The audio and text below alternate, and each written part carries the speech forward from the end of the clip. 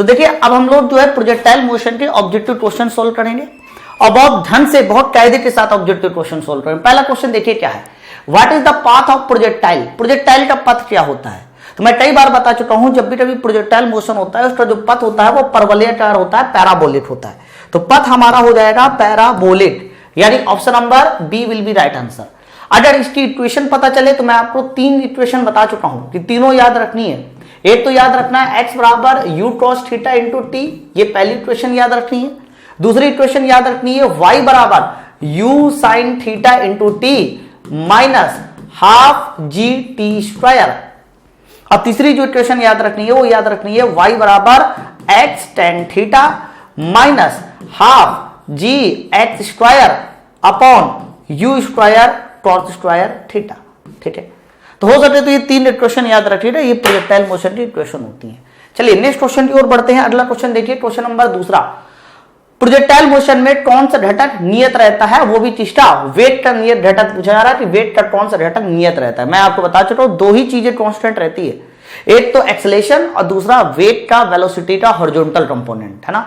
तो वेलोसिटी का horizontal component हमेशा नियत रहता है। सर यही कांस्टेंट रहता है, यही कांस्टेंट रहता है। और तो पूछे कि वेलोसिटी का हॉरिजॉन्टल कंपोनेंट होता क्या है, तो ध्यान रखना यू कॉस थीटा होता है। ठीक है, चलिए आगे बढ़ते हैं नेक्स्ट क्वेश्चन की ओर। अगला क्वेश्चन, क्वेश्चन नंबर तीसरा देखिए क्या, उच्चतम बिंदु पर प्रक्षेप का वेग क्या होता है। तो उच्चतम बिंदु यानी टॉप बिंदु, और टॉप बिंदु पर जो प्रक्षेप का वेग होता है वो यू कॉस थीटा होता है। इन्होंने कहीं पर भी ऐसा नहीं लिखा कि प्रक्षेप का वर्टिकल वेग या फिर हॉरिजॉन्टल वेग, इन्होंने सीधा पूछा है उच्चतम बिंदु पर प्रक्षेप का वेग। तो मतलब मुझे नेट वेग बताना है, और नेट वेग सर यू कॉस थीटा ही रहता है उच्चतम बिंदु पर, है ना। अगर मुझसे वर्टिकल वेलोसिटी पूछता तो मैं जरूर बताता 0, लेकिन उन्होंने केवल वेग पूछा है इसलिए मैं यू कॉस थीटा ही बताऊंगा। आगे बढ़ते हैं नेक्स्ट क्वेश्चन की ओर। क्वेश्चन नंबर चौथा, बढ़िया सवाल है, बहुत ध्यान से देखिए। क्वेश्चन नंबर चौथा क्या कहते के साथ, एक कण को 36 से 60 डिग्री के कोण पर फेंका जाता है। एक कण को 36 से 60 डिग्री कोण पर फेंका जाता है, उसकी गतिज ऊर्जा कितनी है, कौन की गतिज ऊर्जा है। उच्चतम बिंदु पर इसकी गतिज ऊर्जा बता दो। तो भाई साहब उच्चतम बिंदु पर जो वेलोसिटी होती है यू कॉस थीटा हो जाती है ना। तो गतिज ऊर्जा स्क्वायर में हो जाएगी। हमेशा ध्यान रखना उच्चतम बिंदु पर जो गतिज ऊर्जा डायरेक्ट निकलती है के बराबर, वो हो जाती है पहले वाली गतिज ऊर्जा, या यूं कहिए उच्चतम बिंदु पर दूसरी गतिज ऊर्जा के डैश बराबर पहले वाली गतिज ऊर्जा आगे होता है कॉस स्क्वायर थीटा। भाई कॉस थीटा जो velocity I you cos theta उसका स्क्वायर हो जाएगा ना, कॉस स्क्वायर थीटा। तो हमेशा ध्यान रखना उच्चतम बिंदु पर गतिज ऊर्जा का फॉर्मूला के डैश बराबर के कॉस स्क्वायर थीटा आता है। प्रूफ भी किया जा सकता है, कोई बड़ी बात नहीं है। तो के उसी तरीके से, अब बताइए जरा थीटा कितना लिखा हुआ है, 60 डिग्री है। अगर थीटा 60 डिग्री है तो कॉस स्क्वायर 60। अब एक बात बताओ, कॉस 60 का यदि स्क्वायर करोगे तो कॉस 60 होता है 1/2, और 1/2 का स्क्वायर करोगे तो 1/4 आंसर आ जाएगा, और k/4 या k/4, तो k/4 का ऑप्शन नंबर बी है। तो option number B will be right answer. आगे बढ़ते हैं नेक्स्ट क्वेश्चन की ओर। क्वेश्चन नंबर, अरे वाह बहुत बढ़िया क्वेश्चन है, मैं इसमें ढेर सारी बातें आपको बताने वाला हूं, बहुत कायदे के साथ देखिएगा ये क्वेश्चन क्या कहता है। कायदे के साथ, दो वस्तुओं को 36 से थीटा और π/2 माइनस थीटा पे फेंका दिया। मैंने आपको बताया है कि जब भी कभी दो एंगल, मतलब एक थीटा और दूसरा 90 माइनस थीटा हो, मतलब टोटी पूरा एंगल हो, तो हमेशा ध्यान रखना उनके जो रेंज होते हैं। मैं कई सारी चीजें बता दूं, इन्होंने पूछा है उड़ान कालों का अनुपात पूछा है, मतलब time of flight, that means T1 अनुपात T2 पूछा है इन्होंने, टाइम ऑफ फ्लाइट का रेशियो पूछा है। लेकिन मैं तो और भी चीजें बता सकता हूं, मैं आपको बताता हूं कैसे। जैसे कि एक थीटा है दूसरा 90 माइनस थीटा है, तो कंफर्म इनकी जो रेंज आएगी वो आपस में बराबर होगी, यानी R1 और R2 आपस में कैसे होंगे, बराबर होंगे, रेंज बराबर होती है। लेकिन अगर मैं पूछूं टाइम ऑफ फ्लाइट T1 कितना होगा, तो कहोगे 2u sin थीटा। भाई पहला टाइम पीरियड हो जाएगा 2u sin थीटा अपॉन जी। लेकिन अगर दूसरा पूछा जाए कि बताइए दूसरा क्या हो जाएगा, फॉर्मूला यही होता है, तो थीटा की जगह 90 माइनस थीटा रखना पड़ेगा आपको, और sine 90 minus theta cos theta होता है, जिसकी वजह से फॉर्मूला हो जाएगा 2u cos थीटा बटे जी। लेकिन सवाल में देखिए इनका रेशियो पूछा जा रहा है, तो भाई साहब अगर रेशियो पूछा जा रहा है तो साफ साफ दिखाई दे रहा है कि T1 अनुपात अगर T2 निकाला जाए तो सब चीज कैंसिल हो जाएगा, लेकिन रेशियो आ जाएगा sine theta ratio cos theta. लेकिन sine theta ratio cos theta का कोई उत्तर नहीं है, कोई दिक्कत नहीं। अगर sine theta ratio cos theta का उत्तर नहीं है तो मैं एक काम और कर सकता हूं, यहां पर कॉस थीटा का डिवाइड कर दूं। अगर कॉस थीटा डिवाइड हो जाएगा तो देखना साइन थीटा बटे कॉस थीटा टेन थीटा बन जाएगा, और रेशियो 1, तो आंसर हो जाएगा tan थीटा रेशियो 1। तो tan थीटा रेशियो 1 या tan थीटा सिर्फ ऑप्शन नंबर बी मेरा सही आंसर हो जाएगा, tan थीटा। लेकिन कई बार जैसे इन्होंने टाइम पीरियड का रेशियो पूछा है, तो कई बार इन्होंने H1 H2 का भी रेशियो पूछ लेता है। H1 मतलब मैक्सिमम हाइट, तो मैं H1 H2 का भी रेशियो बता दूं। अगर मैं H1 पूछता कि बताओ सर H1 कितना होना चाहिए, मैं यहां लिख देता हूं H1 बराबर, तो कहते हैं u square sine square theta upon 2g, ये H1 होता। और मैं H2 पूछता कि बताइए सर H2 क्या होगा, तो कहते हैं u स्क्वायर, लेकिन जैसे थीटा की जगह 90 माइनस थीटा लगते तो साइन थीटा कॉस थीटा हो जाता, cos square theta upon 2g। तो बताइए अगर मैं H1 H2 का रेशियो सवाल में पूछा जाता, H1 रेशियो H2, तो H1 रेशियो H2 हो जाता, सब कुछ कैंसिल आउट हो जाता, तो आंसर आ जाता साइन स्क्वायर थीटा अनुपात कॉस स्क्वायर थीटा। लेकिन इसको फिर से वैसे ही लिखा जा सकता है, अगर मैं कॉस स्क्वायर थीटा डिवाइड करा देता तो tan स्क्वायर थीटा रेशियो 1, ठीक है। तो इन्होंने केवल टाइम पीरियड का रेशियो पूछा है, इसलिए मैं ऑप्शन नंबर बी लगाऊंगा, लेकिन इससे जुड़े हुए कोई भी सवाल आ सकते हैं, ध्यान रखना इस बात को, ठीक है। स्क्रीनशॉट लेना ले लीजिए। क्वेश्चन नंबर 6वां देखिए, 6वां ये क्या बोला जा रहा है। क्वेश्चन नंबर 6वां, एक वस्तु को क्षैतिज से थीटा कोण पर u वेग से प्रक्षेपित किया जाता है जिससे वस्तु अधिकतम परास तक प्राप्त करे। पहले इस लाइन को पढ़िए, अधिकतम परास, और अधिकतम परास का मतलब होता है थीटा बराबर 45 होगा। तो उच्चतम बिंदु पर वेग बताओ। तो उच्चतम बिंदु पर वेग होता क्या है, तो उच्चतम बिंदु पर वेग होता है u cos थीटा। अगर थीटा बराबर 45 है दोस्त मेरे, तो थीटा बराबर जैसे ही 45 रखोगे u cos 45 और cos 45 का मान होता है 1/√2। तो आंसर आ जाएगा u/√2। तो u/√2 आंसर आ गया, option number D will be right answer, u/√2। आगे बढ़ते हैं नेक्स्ट क्वेश्चन की ओर। क्वेश्चन नंबर 7वां, ये देखिए बहुत बढ़िया क्वेश्चन है। ये सब मेरे जितने भी कॉन्सेप्ट हो सब रटे हुए होने चाहिए। प्रक्षेपण कोण का मान क्या होना चाहिए ताकि क्षैतिज परास अधिकतम ऊंचाई के बराबर हो जाए। कहा जा रहा है कि बताइए प्रक्षेपण कोण थीटा कितना होना चाहिए ताकि क्षैतिज परास अधिकतम ऊंचाई के बराबर हो जाए। तो क्षैतिज परास मतलब r जो है वो h के बराबर हो जाए। तो याद करो, अगर मैंने आपको फॉर्मूला ही बताया था, अगर r h के बराबर हो गया तो याद करो मैंने आपको संबंध बताया था r बराबर nh, है ना। लेकिन r h के बराबर हो गया तो यहां जो संख्या आएगी तो वो संख्या 1 के बराबर आ जाएगी, यानी n बराबर 1 हो जाएगा। तो tan थीटा का फॉर्मूला क्या बताया गया था, tan थीटा का बराबर बताया गया था 4/n। लेकिन n हो चुका है 1, और जब n 1 हो चुका है तो यहां पर 4/1, तो थीटा बराबर निकाला जाएगा तो tan इनवर्स 4 आ जाएगा, और tan इनवर्स 4 मेरा ऑप्शन नंबर सी है। तो ये जो मैंने ट्रिक आपको बताई थी, ट्रिक बड़ी काम की ट्रिक है कि r बराबर यदि nh लिखा हो तो ध्यान रखना tan थीटा बराबर 4/n होता है। ये दोनों एक दूसरे के लिए सही है, मतलब एक है तो दूसरा हो जाएगा और दूसरा है तो पहला हो जाएगा।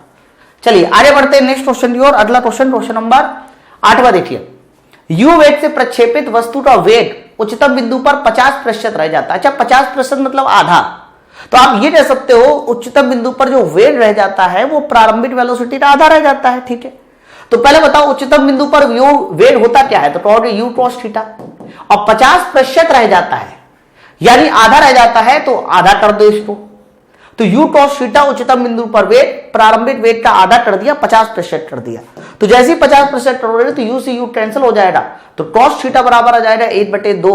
और दोस्त मेरे जो cos थीटा बराबर 8/2 होता है ना, वो थीटा पर कितने पर होगा। अच्छा, इन्होंने थीटा नहीं पूछा, इन्होंने क्या पूछा है, क्षैतिज परास पूछी है, ठीक है। तो थीटा यहां से कितना आएगा, तो थीटा आ जाएगा 60 डिग्री।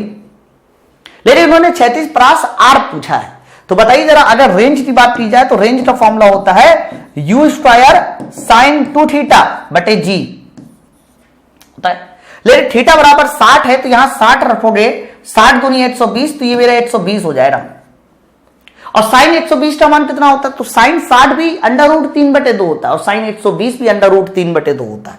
तो जैसे तुम √3/2 यहां रखोगे तो यह आ जाएगा √3/2, और ऊपर था u स्क्वायर और नीचे था g, है ना। तो इन्होंने थीटा नहीं पूछा था, अभी तक सवालों में थीटा पूछा जाता था, इन्होंने रेंज पूछा था। तो √3/2 u स्क्वायर बटे g हो जाएगा, √3/2 u स्क्वायर बटे g, ये मेरा ऑप्शन नंबर बी है, √3/2 u स्क्वायर बटे g, option number B will be right answer. चलिए अगला क्वेश्चन देखिए। नेक्स्ट क्वेश्चन क्या बोला जा रहा है, 9वां नंबर। क्षैतिज उड़ते हुए वायुयान से बम छोड़ा जाए तो बम का गमन पथ बता दो। तो एक बात बता दीजिए, मान लीजिए तुम्हारे पास ये कोई वायुयान है और इस वायुयान से तुमने एक बम छोड़ा, लेकिन ये वायुयान पहले से ही क्षैतिज दिशा में उड़ रहा है, क्षैतिज दिशा में। तो बोला जा रहा है अगर इससे एक बम का गोला छोड़ा जाए तो भाई साहब बम को भी यू वेलोसिटी मिल जाएगी। अब बम के गोले का पाथ कुछ ऐसा होगा और ये पाथ भी हमारा प्रोजेक्टाइल या यूं कहिए कि पैराबोला होता है, ये पाथ भी पैराबोला ही होगा। ठीक है, तो ध्यान रखना जब भी कभी क्षैतिज से उड़ते हुए आदमी कोई बम छोड़ा जाता है तो उसका पाथ भी पैराबोला होता है। तो करेक्ट आंसर हो जाएगा option number B will be right answer कि प्रोजेक्टाइल का जो पथ होगा वो पैराबोला होगा, परवलयाकार होगा। चलिए आगे बढ़ते हैं नेक्स्ट क्वेश्चन की ओर। अगला क्वेश्चन, क्वेश्चन नंबर 10वां देखिए। एक गेंद को ऊपर की ओर प्रक्षेपित किया जाता है और वह परवलयाकार पथ का अनुसरण करता है। ठीक है, पृथ्वी पर लौट आता है तो बताइए कौन सी भौतिक राशि नियत रहेगी। मतलब कहा जा रहा है कि प्रोजेक्टाइल मोशन में कौन सी भौतिक राशि कांस्टेंट रहती है, नियत रहती है। तो मैं बता चुका हूं कि एक ही चीज नियत रहता है और वो चीज होती है भाई साहब वेलोसिटी का हॉरिजॉन्टल कंपोनेंट। हालांकि स्मॉल जी भी रहता है लेकिन जी ऑप्शन में नहीं है। तो horizontal component of velocity sir यही कांस्टेंट रहेगा, बाकी सब बदलेंगे, लेकिन हॉरिजॉन्टल कंपोनेंट वेलोसिटी का सर वो नहीं बदलेगा। ऑप्शन नंबर डी यही नियत रहेगा, यही कांस्टेंट रहेगा प्रोजेक्टाइल मोशन में। आगे बढ़ते हैं नेक्स्ट क्वेश्चन की ओर। अगला क्वेश्चन, क्वेश्चन नंबर 11वां देखिए क्या। एक कण 36 से 45 डिग्री के कोण पर यानी थीटा 45 हो रही है 9.8 मीटर पर सेकेंड के वेग से फेंटा जाता है। 36 परास बताओ, आसान सा क्वेश्चन है, रेंज पूछा जा रहा है। तो रेंज का फॉर्मूला होता है, मैं डायरेक्ट अब इस्तेमाल कर रहा हूं, यू स्क्वायर। तो यू है 9.8, तो 9.8 का square u square sine 2 theta, sine 2 theta. अब भाई 45 डिग्री है तो साइन 2 थीटा हो जाएगा sine 90 u square sine 2 theta बटे जी, और जी की वैल्यू 9.8 है, 9.8। तो दोस्त मेरे अगर यहां से 9.8 एक पावर कैंसिल कर दो और साइन 90 1 होता है तो बताइए आंसर रेंज का कितना आ जाएगा, 9.8 ही आ जाएगा। और 9.8 मेरा ऑप्शन नंबर ए है, ऑप्शन नंबर ए। तो यू स्क्वायर साइन 2 थीटा बटे जी लगा दिया, आंसर आ गया। आगे बढ़ते हैं नेक्स्ट क्वेश्चन की ओर। क्वेश्चन नंबर 12वां देखिए। एक व्यक्ति अधिकतम 80 मीटर तक फेंक सकता है, वह कितनी अधिकार है? वाह, बहुत बढ़िया क्वेश्चन है। पहले इस बात को थोड़ा समझो, इस बात को थोड़ा समझो और याद करो। जैसे कि मैं आपसे कह दूं कि ये लो अपने हाथ में पत्थर लो और इसको एक बार बहुत दूर तक फेंको और इसको एक बार बहुत ऊंचाई तक फेंको, तो तुम क्या कर सकते हो? तुम उसे दूर तक ज्यादा फेंक सकते हो, तो ऊंचाई तक ज्यादा फेंक सकते हो। तो आपका आंसर आएगा सर मैं सर दूर तक ज्यादा फेंक सकता हूं, ऊंचाई तक उतना नहीं। मैं आपको बता दूं अगर दूर तक तुम 80 मीटर फेंक सकते हो, दूर तक 80 मीटर फेंक सकते हो, तो ध्यान रखना ऊंचाई तक उसका आधा ही फेंक सकते हो, मतलब 40 मीटर फेंक सकते हो। आंसर आपका 40 होगा। लेकिन सर ये आया कैसे, इस बात को थोड़ा समझा दो, मैं आपको बताता हूं कैसे। ये बताओ रेंज का फॉर्मूला क्या होता है? तो रेंज का फॉर्मूला होता है यू स्क्वायर साइन 2 थीटा बटे जी। अगर मैं पूछूं कि मैक्सिमम रेंज क्या होगी, मैक्सिमम रेंज में आपका ये वैल्यू साइन 2 थीटा 1 हो जाएगा, यानी यू स्क्वायर बटे जी ये मैक्सिमम रेंज होगी। ठीक है, तो मैक्सिमम रेंज यू स्क्वायर बटे जी का मान इन्होंने सवाल में 80 मीटर दे रखा है। लेकिन मुझे पूछा जा रहा है कि बताइए अधिकतम कितनी ऊंचाई तक फेंक सकता है, अधिकतम कितनी ऊंचाई तक फेंक सकता है? तो ये बताओ ऊंचाई एच का फॉर्मूला क्या होता है? तो कहोगे you square sine square theta बटे जी। अगर मुझे सॉरी 2g, अगर मुझे ऊंचाई को अधिकतम लेके आना है तो ये जो साइन स्क्वायर थीटा है ये अधिकतम रखना पड़ेगा, और साइन स्क्वायर थीटा का अधिकतम मान 1 होता है ना, इससे ज्यादा नहीं हो सकता। तो अधिकतम मान जो मैक्सिमम हाइट का अधिकतम मान आया सर वो कितना आया? यू स्क्वायर बटे 2g। अब आप खुद सोचो, यू स्क्वायर बटे जी सवाल में 80 मीटर दिया गया है, यू स्क्वायर बटे 2g तुमसे पूछा जा रहा है, तो आंसर कितना आ जाएगा? 40 मीटर आ जाएगा, यानी मेरा उत्तर हो जाएगा ऑप्शन नंबर सी। तो हमेशा इस बात को याद रखना है, जब किसी पिंड को तुम्हें दिया जाए हाथ में, कहा जाए लो इसको बहुत दूर तक फेंको, तो दूर तक यदि 80 मीटर फेंक पा रहे हो तो ऊंचाई तक 80 मीटर नहीं फेंक सकते, ऊंचाई तक ज्यादा से ज्यादा 40 मीटर ही फेंक सकते हो, इस बात को ध्यान रखना। चलिए अगला क्वेश्चन देखिए। अगला क्वेश्चन, क्वेश्चन नंबर 13वां। एक कण को पृथ्वी की सतह से अत्यधिक उच्च वेग से फेंका जा रहा है, मतलब एक कण ले लीजिए और पृथ्वी की सतह पर थोड़ा नहीं बहुत तेज ऊपर फेंकी है, तो उसका पथ बताइए कैसा होगा। तो ध्यान रखना अगर वेलोसिटी के साथ फेंका जाता है तो परवलय का रिलेटेड अत्यधिक उच्च वेग के साथ फेंका जाए, बहुत अधिक उच्च वेग के साथ, तो हमेशा उसका जो पथ आता है वो हाइपरबोला आ जाता है, अति परवलय आ जाता है।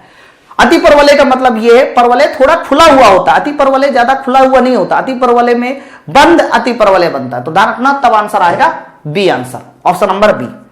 आगे बढ़ते हैं नेक्स्ट क्वेश्चन, क्वेश्चन नंबर 14 देखिए क्या है। 14 है, प्रक्षेप कोण 45 माइनस थीटा और 45 प्लस थीटा के लिए 36 परासुर। अरे भाई 45 माइनस थीटा है, दूसरा 45 प्लस थीटा है, इनका योगफल 90 है। इनका योगफल कितना 90, मतलब ये दोनों कोटि पूरक एंगल है। तो कोटि पूरक एंगल के लिए मैंने हमेशा बताया रेंज का मान आपस में बराबर होता है। तो जब रेंज का मान बराबर है तो तुमसे रेशियो पूछा जा रहा है, तो रेशियो का जो उत्तर आ जाएगा वो 8:8 आ जाएगा, ऑप्शन नंबर बी। समझ पा रहे हैं कोटि पूरक कैसे? भाई 1 45 से थीटा छोटा है तो दूसरा 45 से थीटा ही बड़ा है, ये तो योगफल डालो 90। तो जब योगफल 90 है दो एंगल का, तो उनकी जो रेंज होगी वो आपस में बराबर होगी, जिसकी वजह से ऑप्शन नंबर बी सही होगा। चलिए क्वेश्चन नंबर 15 देखिए क्या बोला जा रहा है। एक वस्तु ए को टावर की चोटी से ऊर्ध्वाधर गिराया जाता है।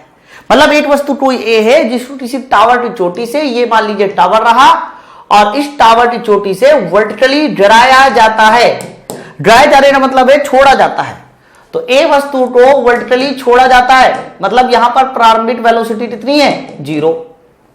फिर बोला जा रहा है उसी समय उसी ऊंचाई से दूसरी समरूप वस्तु को बी से 36 फेंटा जाता है। यानी एक वस्तु बी है, इसको ऐसे 36 फेंटा जाता है। लेकिन अगर 36 फेंटा जा रहा दोस्त मेरे, तो दूसरी वाली वस्तु को भले ही 36 फेंटा जा रहा हो, परंतु दूसरे वाले वस्तु की भी वर्टिकल वेलोसिटी कितनी होगी 0।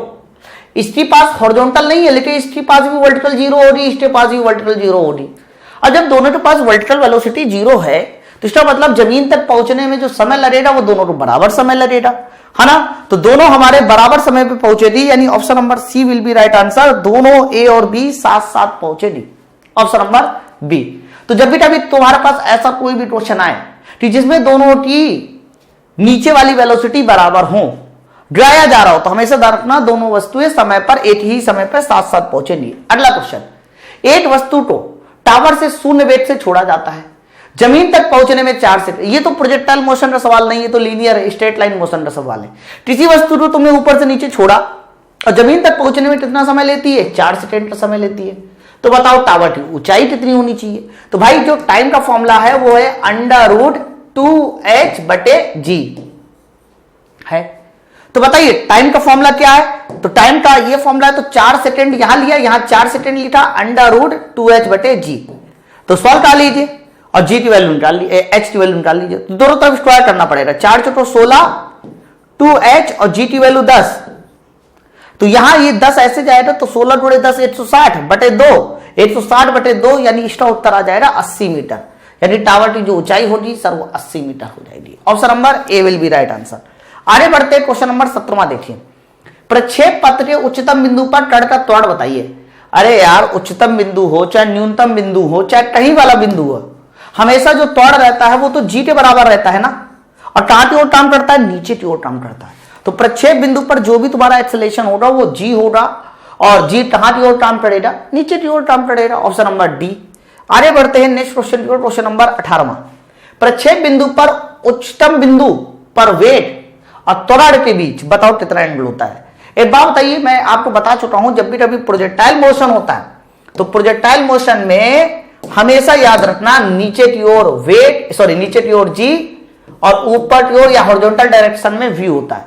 तो सवाल ये था कि उच्चतम बिंदु, ये जो उच्चतम बिंदु होगा बी, इस पर वेग और त्वरण के बीच एंगल बताना। तो वेग और त्वरण के बीच बताइए कितना एंगल होगा? 90 डिग्री का एंगल होगा, option number C will be right answer. आगे बढ़ते हैं नेक्स्ट क्वेश्चन की ओर, क्वेश्चन नंबर 19वां 19। क्या कहता है क्वेश्चन नंबर 19? दिए गए प्रक्षेपण कोण के लिए, दिए गए प्रक्षेपण कोण मतलब थीटा तुम्हारा फिक्स हो गया, प्रक्षेप के उड़ान काल के दुगना कर देने पर या दुगना करने पर 36 प्लस क्या हो जाएगी? मतलब क्वेश्चन ये है कि यदि मैं प्रक्षेपण कोण थीटा को कांस्टेंट रखूं तो मुझे प्रक्षेप के उड़ान काल को दुगना करने पर 36 प्लस बताओ। तो पहले बताओ मुझे उड़ान काल डबल करनी है, तो उड़ान काल यानी टाइम पीरियड का फॉर्मूला क्या होता है? 2u sin θ/g। मुझे थीटा को छेड़ना ही नहीं है, मुझे थीटा को छेड़ना ही नहीं है, और फिर भी ये जो टाइम पीरियड है, टाइम ऑफ फ्लाइट है, दुगना करना है। अगर ये डबल करना है तो इसका सीधा सा लॉजिक है कि वेलोसिटी को डबल किया जाएगा, क्योंकि थीटा छेड़ना नहीं है, तो वेलोसिटी को डबल करना पड़ेगा, ये तो कंफर्म हो गया, तभी टाइम ऑफ फ्लाइट डबल होगा। लेकिन मुझे क्षैतिज परास बतानी क्या हो जाएगी, तो क्षैतिज परास आर का फॉर्मूला होता है यू स्क्वायर साइन 2 थीटा बटे जी। अब एक बात बताओ, अगर u तुम्हारा डबल हो चुका है तो u डबल हो चुका है, u को डबल करो यानी 2 का स्क्वायर, तो कंफर्म 4 टाइम्स आ जाएगा, तो ऑप्शन नंबर डी। हालांकि ये थोड़ा मिस हो गया, यहां भी 4 टाइम्स लिख दिया है, तो आप इस TC8 को सही कर लीजिएगा, ऑप्शन नंबर डी ही सही कर लिया। तो वेलोसिटी डबल हो गई तो टाइम ऑफ फ्लाइट भी डबल होगा, और time of flight velocity double हुई है तो यहां u का डबल कर दो, तो u का डबल करोगे तो u का स्क्वायर यानी 2 का स्क्वायर 4, आपका रेंज 4 गुनी हो जाएगी। ठीक है, चलिए ऑप्शन नंबर डी। आगे बढ़ते हैं नेक्स्ट क्वेश्चन की ओर। क्वेश्चन नंबर 19 हो चुका है, ये रहा क्वेश्चन नंबर 20। देखिए क्या कहता है क्वेश्चन नंबर 20। क्वेश्चन नंबर 20 ये है, एक वस्तु को इस प्रकार से प्रक्षेपित किया गया है, एक वस्तु को इस प्रकार से प्रक्षेपित किया गया है तो उच्चतम बिंदु पर गतिज ऊर्जा प्रारंभिक गतिज ऊर्जा का 3/4 है। तो मैंने आपको बता रखा है कि उच्चतम बिंदु पर जो काइनेटिक एनर्जी होती है ई डैश, वो प्रारंभिक काइनेटिक एनर्जी का कॉस स्क्वायर थीटा टाइम्स होती है। लेकिन उच्चतम बिंदु पर जो गतिज ऊर्जा है वो प्रारंभिक गतिज ऊर्जा का 3/4 है, तो प्रारंभिक गतिज ऊर्जा ई, तो उच्चतम बिंदु पर गतिज ऊर्जा प्रारंभिक गतिज ऊर्जा का 3/4 कर दो यानी 3/4 ई कर दो। तो गतिज ऊर्जा तो मैंने देखिए प्रारंभिक गतिज ऊर्जा का 3/4 कर दिया। तो दोस्त मेरे यहां से देखो ई से ई उड़ जाएगा और ई से ई उड़ गया, तो कॉस स्क्वायर थीटा 3/4, तो कॉस थीटा कितना होगा, तो कहोगे 3/2 कहे को अंडर रूट 3/2 कहोगे, और यदि cos थीटा अंडर रूट 3/2 है तो कंफर्म यहां से जो थीटा आएगा वो 30 डिग्री होने वाला है। ठीक है, option number A will be right answer, 30 degree.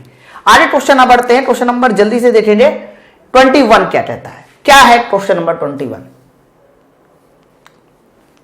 किसी गतिशील पिंड के लिए x बराबर AT स्क्वायर y बराबर BT स्क्वायर है, तो बताइए किसी क्षण उसका वेट क्या होना चाहिए।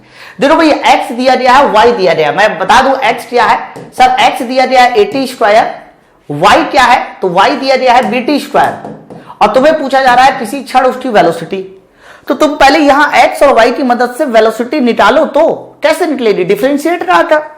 अगर मैं इसका डिफरेंशिएशन करा दूं यानी इसे dx बटे dt बना दूं, तो ये x डायरेक्शन की वेलोसिटी बन जाएगी 280, और यहां dy बटे dt निकालू तो ये y डायरेक्शन की वेलोसिटी बन जाएगी 2vt। तो ये x डायरेक्शन की वेलोसिटी आ रही है 280, ये y डायरेक्शन की वेलोसिटी आ रही है 2vt। मुझे तो नेट वेलोसिटी चाहिए, तो दोनों का स्क्वायर काटे जोड़ दो, अंडर रूट ले लो, तो दोनों का स्क्वायर काटे जोड़ोगे अंडर रूट लोगे तो दोनों में 2t कॉमन है, तो 2t बाहर हो जाएगा। लेकिन यहां a है तो अंदर a स्क्वायर, यहां b है तो अंदर b स्क्वायर, तो दोनों का स्क्वायर काटे जोड़ने पर अंडर रूट लेने पर 2t under root a square b square आने वाला है, यानी option number A will be right answer. समझ पा रहे हैं ना, पूरे 110 क्वेश्चन है, मैं आपको बता दूं। आगे बढ़ते हैं नेक्स्ट क्वेश्चन की ओर। क्वेश्चन नंबर 22 देखिए क्या, क्षैतिज तल पर एक बंदूक की अधिकतम परास 16 किलोमीटर, मतलब क्षैतिज तल पर जब एक बंदूक से दागा जाता है तो वो अधिकतम कितना तय करता है, 16 किलोमीटर। अच्छा दोस्त मेरे, अगर ये अधिकतम परास है तो कंफर्म ये परास थीटा बराबर 45 पर होगी। लेकिन उन्होंने थीटा नहीं पूछा है, इन्होंने पूछा है तो बताओ प्रक्षेपण वेग कितना होना चाहिए, प्रक्षेपण वेग। अब यहां देखो बच्चों से गलती क्या हो सकती है, यहां बच्चों से ये गलती हो सकती है कि सर अगर 16 किलोमीटर है तो किलोमीटर में तो आंसर रखा नहीं जाएगा, मीटर में रखा जाएगा। तो मैं कह सकता हूं कि रेंज का फॉर्मूला होता है u स्क्वायर साइन 2 थीटा बटे जी, लेकिन साइन 45 दिया गया है, साइन 2 थीटा 90 हो जाएगा, तो मैं कह सकता हूं कि डायरेक्ट जो मैक्सिमम रेंज आएगा वो u स्क्वायर बटे जी आएगा। ठीक है, मैक्सिमम रेंज 16 किलोमीटर है तो 16 गुणे में 1000 कर लू उसको ताकि मीटर बना सकूं। u स्क्वायर मुझे निकालना है, और रही बात g की तो g हमारा 10 हो जाएगा। तो सुनना बड़े ध्यान से, मुझे यहां से u चाहिए या u स्क्वायर चाहिए, तो u स्क्वायर हो जाएगा 16 गुणे 10 की पावर 4 इधर आ जाएगा। लेकिन मुझे तो u चाहिए, तो u के लिए मुझे अंडर रूट लेना पड़ेगा, तो 16 का अंडर रूट 4 और 10 की पावर 4 का अंडर रूट 10 की पावर 2, तो 10 की पावर 2 और लगा दो यानी 2 जीरो और बढ़ा दो, तो 400 मीटर पर सेकेंड ये मेरा उत्तर होने वाला है।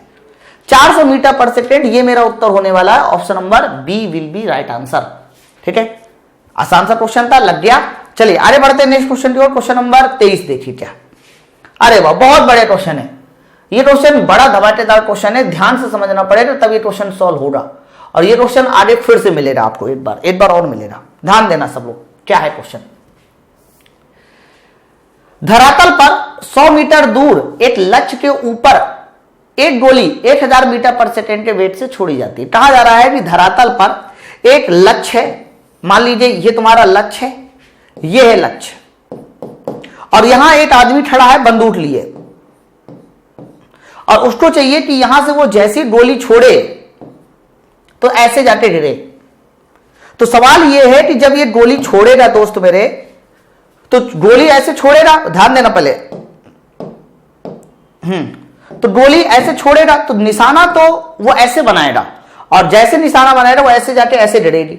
लेकिन जो इसे निशाना बनाना पड़ेगा वो लक्ष्य से कुछ सेंटीमीटर ऊपर बनाना पड़ेगा। तो कितना सेंटीमीटर ऊपर बनाना पड़ेगा, ये है सवाल भाई।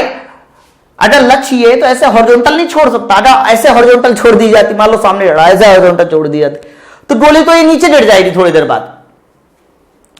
तो मुझे थोड़ा सा एंगल पे फेंकना पड़ेगा। तो कहा जा रहा है कि 100 मीटर दूर है और कितनी वेलोसिटी से छोड़ा जा रहा है? 1000 मीटर पर सेकेंड की वेलोसिटी से गोली दागी जा रही है। तो बोला जा रहा है कि लक्ष्य के ऊपर कितनी ऊंचाई तक लक्ष्य बनाना पड़ेगा, यानी एच का मान बताना है कि आपको लक्ष्य यदि दाटना है तो कितना मीटर ऊंचाई पर निशाना साधना पड़ेगा, लक्ष्य बनाना पड़ेगा। लक्ष्य बनाना मतलब निशाना साधना। ना मुझे एंगल ऑफ प्रोजेक्शन दिया गया है, ना ही मुझे ये एंगल ऑफ प्रोजेक्शन थीटा दिया गया है। कैसे लगेगा सवाल? लग जाएगा, कोई बड़ी बात नहीं। मैं आपको बता दूं, सबसे पहले मैं इस 100 मीटर का इस्तेमाल करता हूं, ये क्योंकि रेंज है। तो बताइए, अगर मैं पूछूं कि रेंज r बराबर 100 मीटर है तो मैं डायरेक्ट इस्तेमाल करता हूं। रेंज r 100 मीटर है। रेंज का फॉर्मूला क्या होता है? यू स्क्वायर हो जाएगा 1000 गुणे 1000 साइन 2 थीटा किया, और नीचे हो जाता है भैया जी, यू स्क्वायर साइन 2 थीटा बटे जी, और जी की वैल्यू है 10। जी की वैल्यू है 10। तो अगर मैं कट्टम पिट्टी करूं तो कहूंगा 8 2 3 3 जीरो कैंसिल कर दो। यहां से साइन 2 थीटा बराबर आ जाएगा 1 बटे 8000।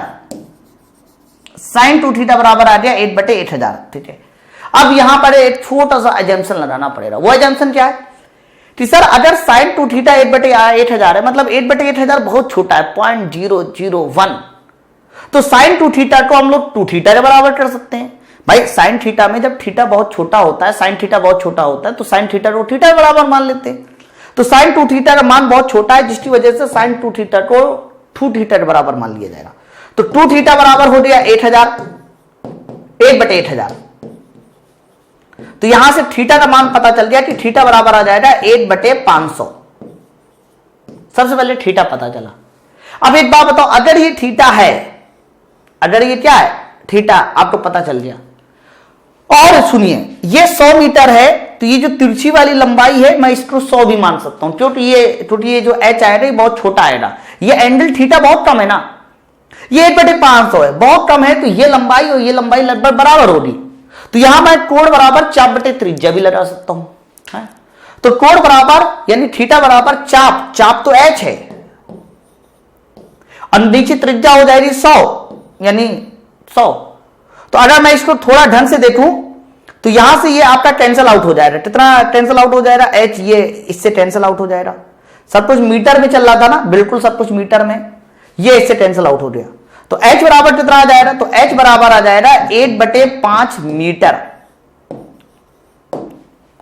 लेकिन 1 बटे 5 मीटर का थोड़ा ना मेरे पास ऑप्शन है। देखिए कहीं पर 1 बटे 5 मीटर का ऑप्शन है क्या? नहीं।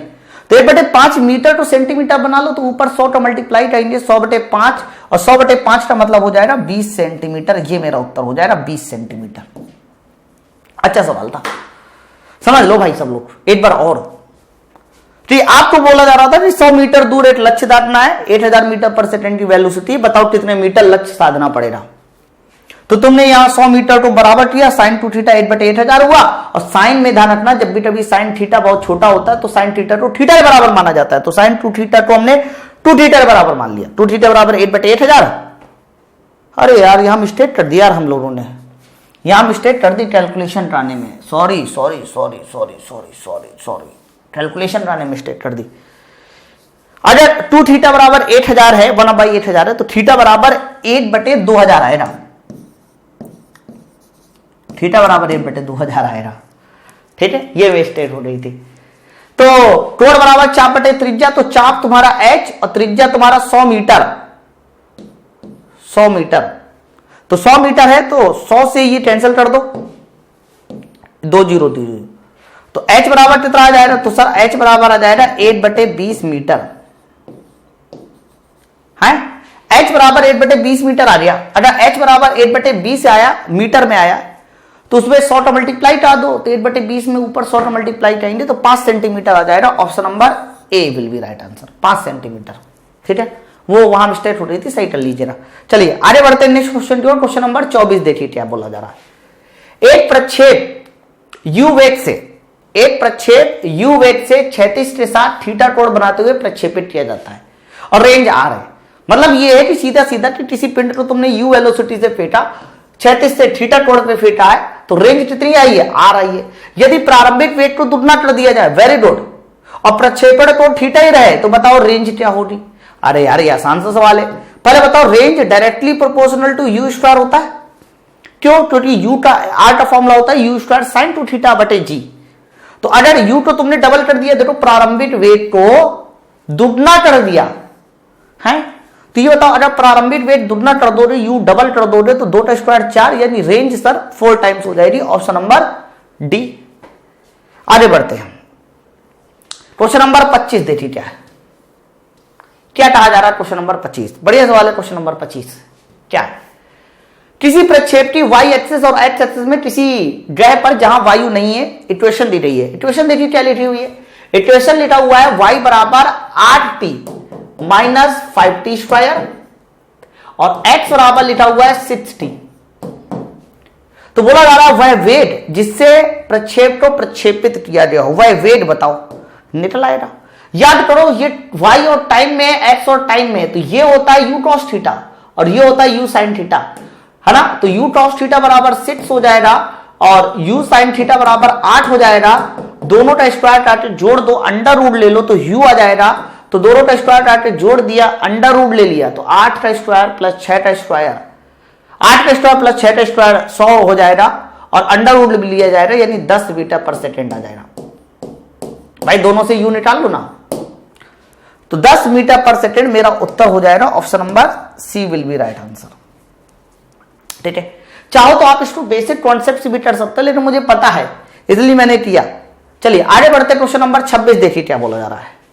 किसी प्रक्षेप का उड़ान काल 10 सेकेंड है, मतलब इन्होंने पहले से उड़ान काल दे दिया, टाइम ऑफ फ्लाइट दे दिया और क्षैतिज परास भी दे दिया। तो इसकी जो क्षैतिज परास है वो 500 मीटर है। तो बताओ प्रक्षेप की अधिकतम ऊंचाई h बताइए। बढ़िया सवाल है, टाइम दिया गया है, क्षैतिज परास दिया गया है और अधिकतम ऊंचाई h पूछा जा रहा है। गजब का क्वेश्चन है, लेकिन फालतू का भी क्वेश्चन है। देखिए कैसे, टाइम ऑफ फ्लाइट 10 सेकेंड है, तो भाई साहब टी का जो फॉर्मूला होता है वो होता है 2u sin थीटा बटे g, ये होता है।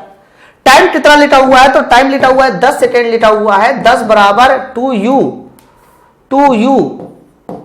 sin थीटा और बटे g, तो g के स्थान पे 10, तो यहां से तुम u sin थीटा निकालो।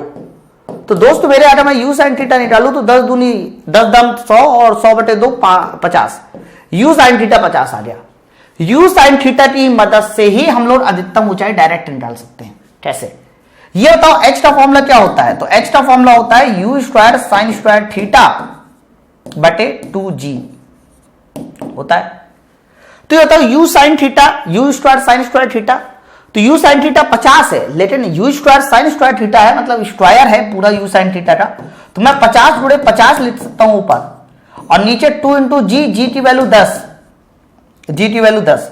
कटअप पिट्टी कर दीजिए तो देखिए 8 0 से 8 0 कैंसिल, 50 पंचे 125 हो जाएगा, नहीं 5 पंचे 25, 5 पंचे 25 250 और 250 बटे 2 और 250 बटे 2 तुम्हारा 125 मीटर उत्तर आ जाएगा। 125 मीटर है कोई आंसर। ऑप्शन नंबर ए सही है। ठीक है, ये हम लोग कौन से क्वेश्चन की ओर बढ़ गए, 26 नंबर। चलिए आगे बढ़ते हैं क्वेश्चन नंबर 27। हालांकि ये पिछला वाला जो सवाल है ना वो इस वाले सवाल पे बेस्ड था, ये वाले सवाल पे।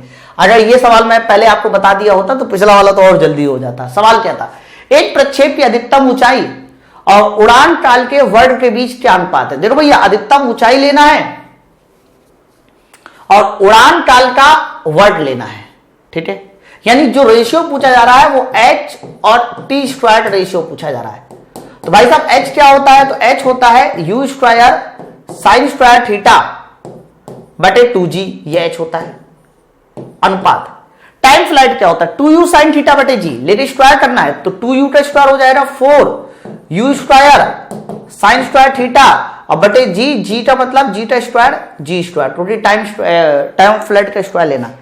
तो बहुत सारी चीजें उड़ जाएंगी, कट जाएंगी, u square sine square theta से u square sine square theta, g से जी कैंसिल आउट हो जाएगा। तो बचेगा पता क्या, यहां पर बचेगा 1/2 अनुपात, यहां पर बचेगा 4/g, जी की वैल्यू 10, जी की वैल्यू 10। तो अगर मैं थोड़ा इसको और ढंग से लिखूं, मतलब 10 का इधर उधर मल्टीप्लाई कर दूं, 10 का ऊपर मल्टीप्लाई कर दूं, तो जैसे मैं 10 का मल्टीप्लाई कराऊंगा ऊपर तो 10/2 यानी 5 आ जाएगा, और 10 का इधर मल्टीप्लाई कराऊंगा तो 5:4 है। तो उत्तर ऑप्शन नंबर ए। हो सके तो आप इसको याद भी कर सकते हो कि मैक्सिमम हाइट और टी स्क्वायर का जो वर्ड आता है वो 5:4 आता है, 5:4।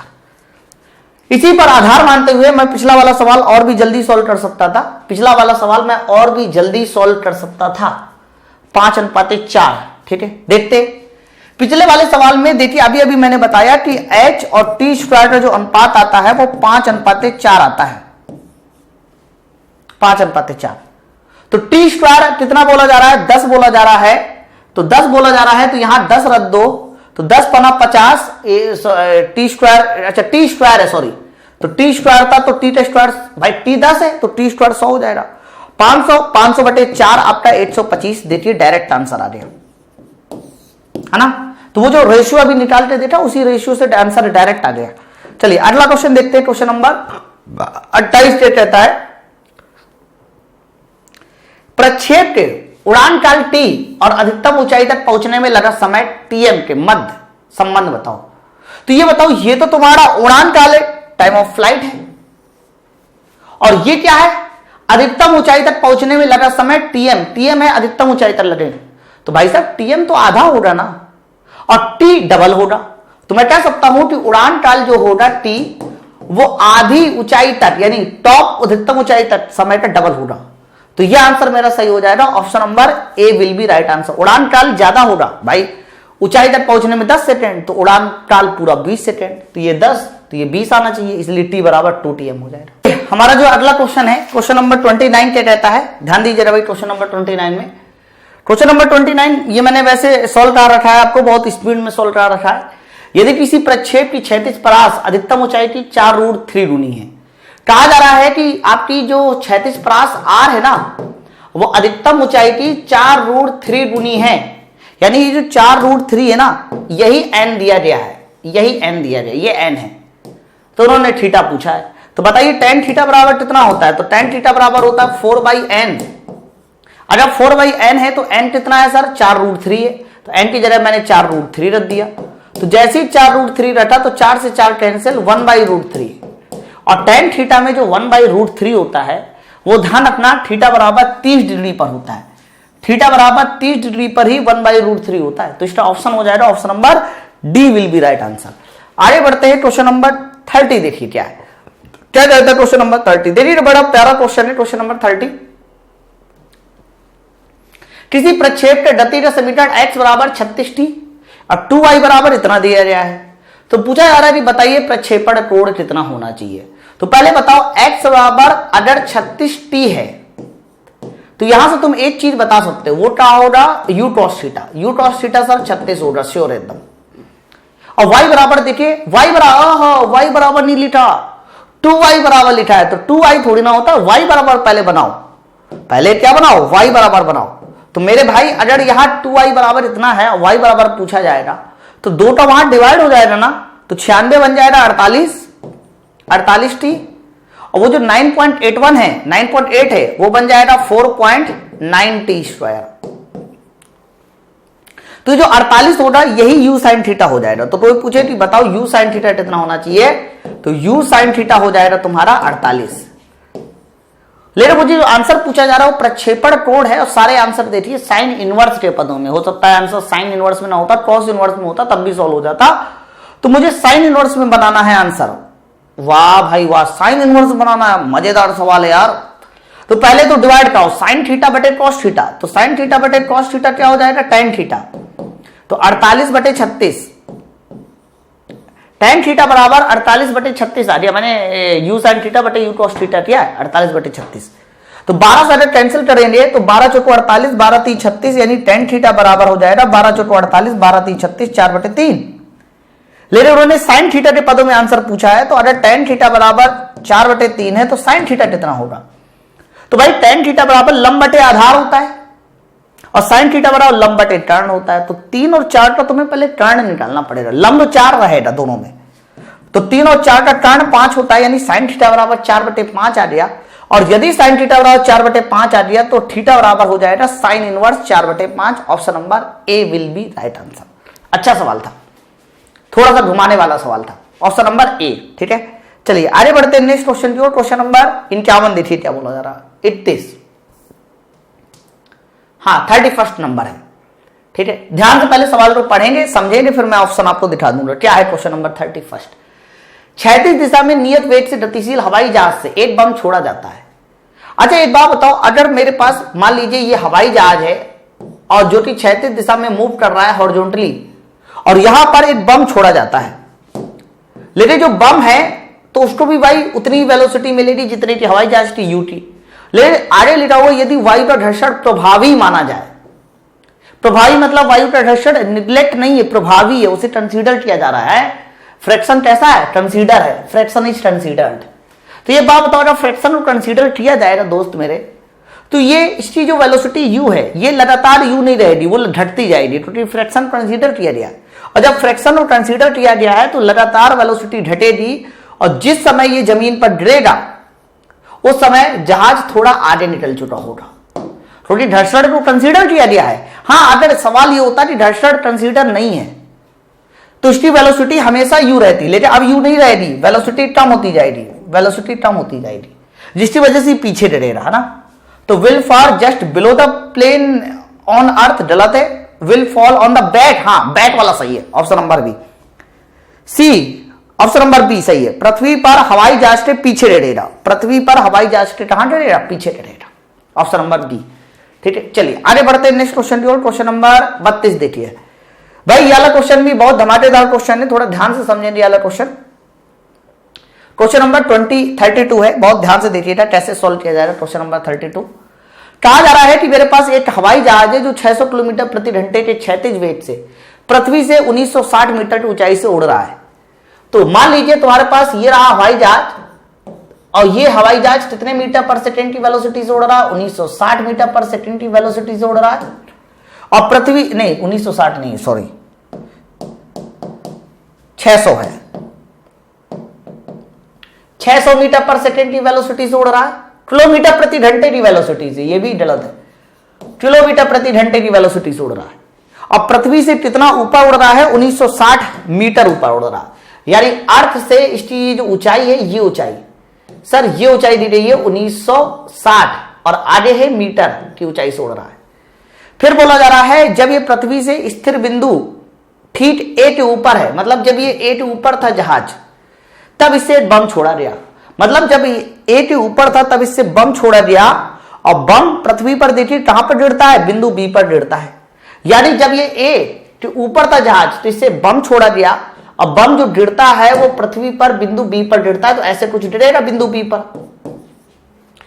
तो बोला जा रहा है कि ए और बी के बिंदुओं के बीच की दूरी बताओ, यानी ये जो ए और बी के बीच की बिंदु दूरी हो रही एक्स, सर आपको ये बतानी है। ठीक है, आ जाएगा, कोई दिक्कत नहीं है। तो एक्स पता कैसे निकलेगा, मैं आपको पहले बता दूं, एक्स निकलेगा ऐसे कि आपको ये स्पीड पता है एक्स डायरेक्शन की हॉरिजॉन्टल स्पीड है ना। अगर मैं किसी तरह से ये निकाल लूं कि जमीन तक पहुंचने में इस बम को समय कितना लगेगा, अगर जमीन तक पहुंचने में समय निकाल लिया जाए तो समय के साथ उस हॉरिजॉन्टल स्पीड का मल्टीप्लाई करा देना तो हॉरिजॉन्टल डिस्टेंस पता चल जाएगी है। अब एक बात बताओ, आपका जो जहाज था वो हॉरिजॉन्टल मूव कर रहा था, इसका मतलब वर्टिकल डायरेक्शन में प्रारंभिक वेलोसिटी 0, और जो वर्टिकल डायरेक्शन में प्रारंभिक वेलोसिटी हो गई भाई साहब 0, तो जमीन तक पहुंचने में जो बम को समय लगेगा उसका फॉर्मूला हो जाएगा √2h/g। तो √2h/g को निकालो, पहले ये निकालो तो जमीन तक पहुंचने में समय कितना लगेगा। तो भाई h कितना है, तो h 1960।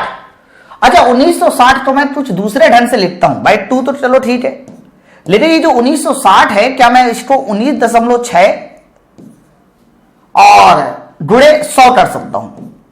1960 को मैंने कुछ दूसरे ढंग से लिखा ताकि मैं जल्दी सॉल्व कर दूं। 1960 को मैं 19.6 गुणे 100 लिख सकता हूं, h का मान। अब बटे g हो जाएगा 9.8। अब थोड़ा दिमाग को भाई तगड़ा लगाना यहां पर, कैसे ये बताओ, 19.6 बटे 9.8, ये 2 बार कैंसिल आउट हो जाएगा भाई। 98 का दुगना 196 होता है। जैसे ही 2 बार कैंसिल होगा तो 2 गुणे 2 4 हो जाएगा और 400 हो जाएगा, और 400 का √20 हो जाएगा। यानी जमीन तक पहुंचने में जो समय लगेगा सर वो 20 सेकेंड लगेगा। जमीन तक पहुंचने में 20 सेकेंड समय लगेगा। लेकिन मुझे समय थोड़ी ना चाहिए था, मुझे तो x चाहिए था, दूरी चाहिए थी, ये x चाहिए था, x। तो x हो जाएगा, स्पीड 600 किलोमीटर है और गुणे समय 20 सेकेंड है, लेकिन दूरी किलोमीटर में आनी चाहिए, ठीक है, किलोमीटर में आनी चाहिए। तो कैसे करें, ये जो सेकेंड आपका आया है ना 20 सेकेंड, इसको घंटा बना लेते हैं। तो 600 किलोमीटर पर घंटा और 20 सेकेंड का अगर घंटा बनाया जाए तो 20/3600 करना पड़ेगा आपको भाई। 1 सेकेंड को अगर मिनट बनाया जाए तो 60 से डिवाइड, और घंटा बनाया जाए तो 3600 से डिवाइड। तो मैंने 20 सेकेंड को घंटा बना लिया ताकि आंसर मेरा डायरेक्ट किलोमीटर में आना चाहिए। तो 600 नीचे 3600 ऊपर 20।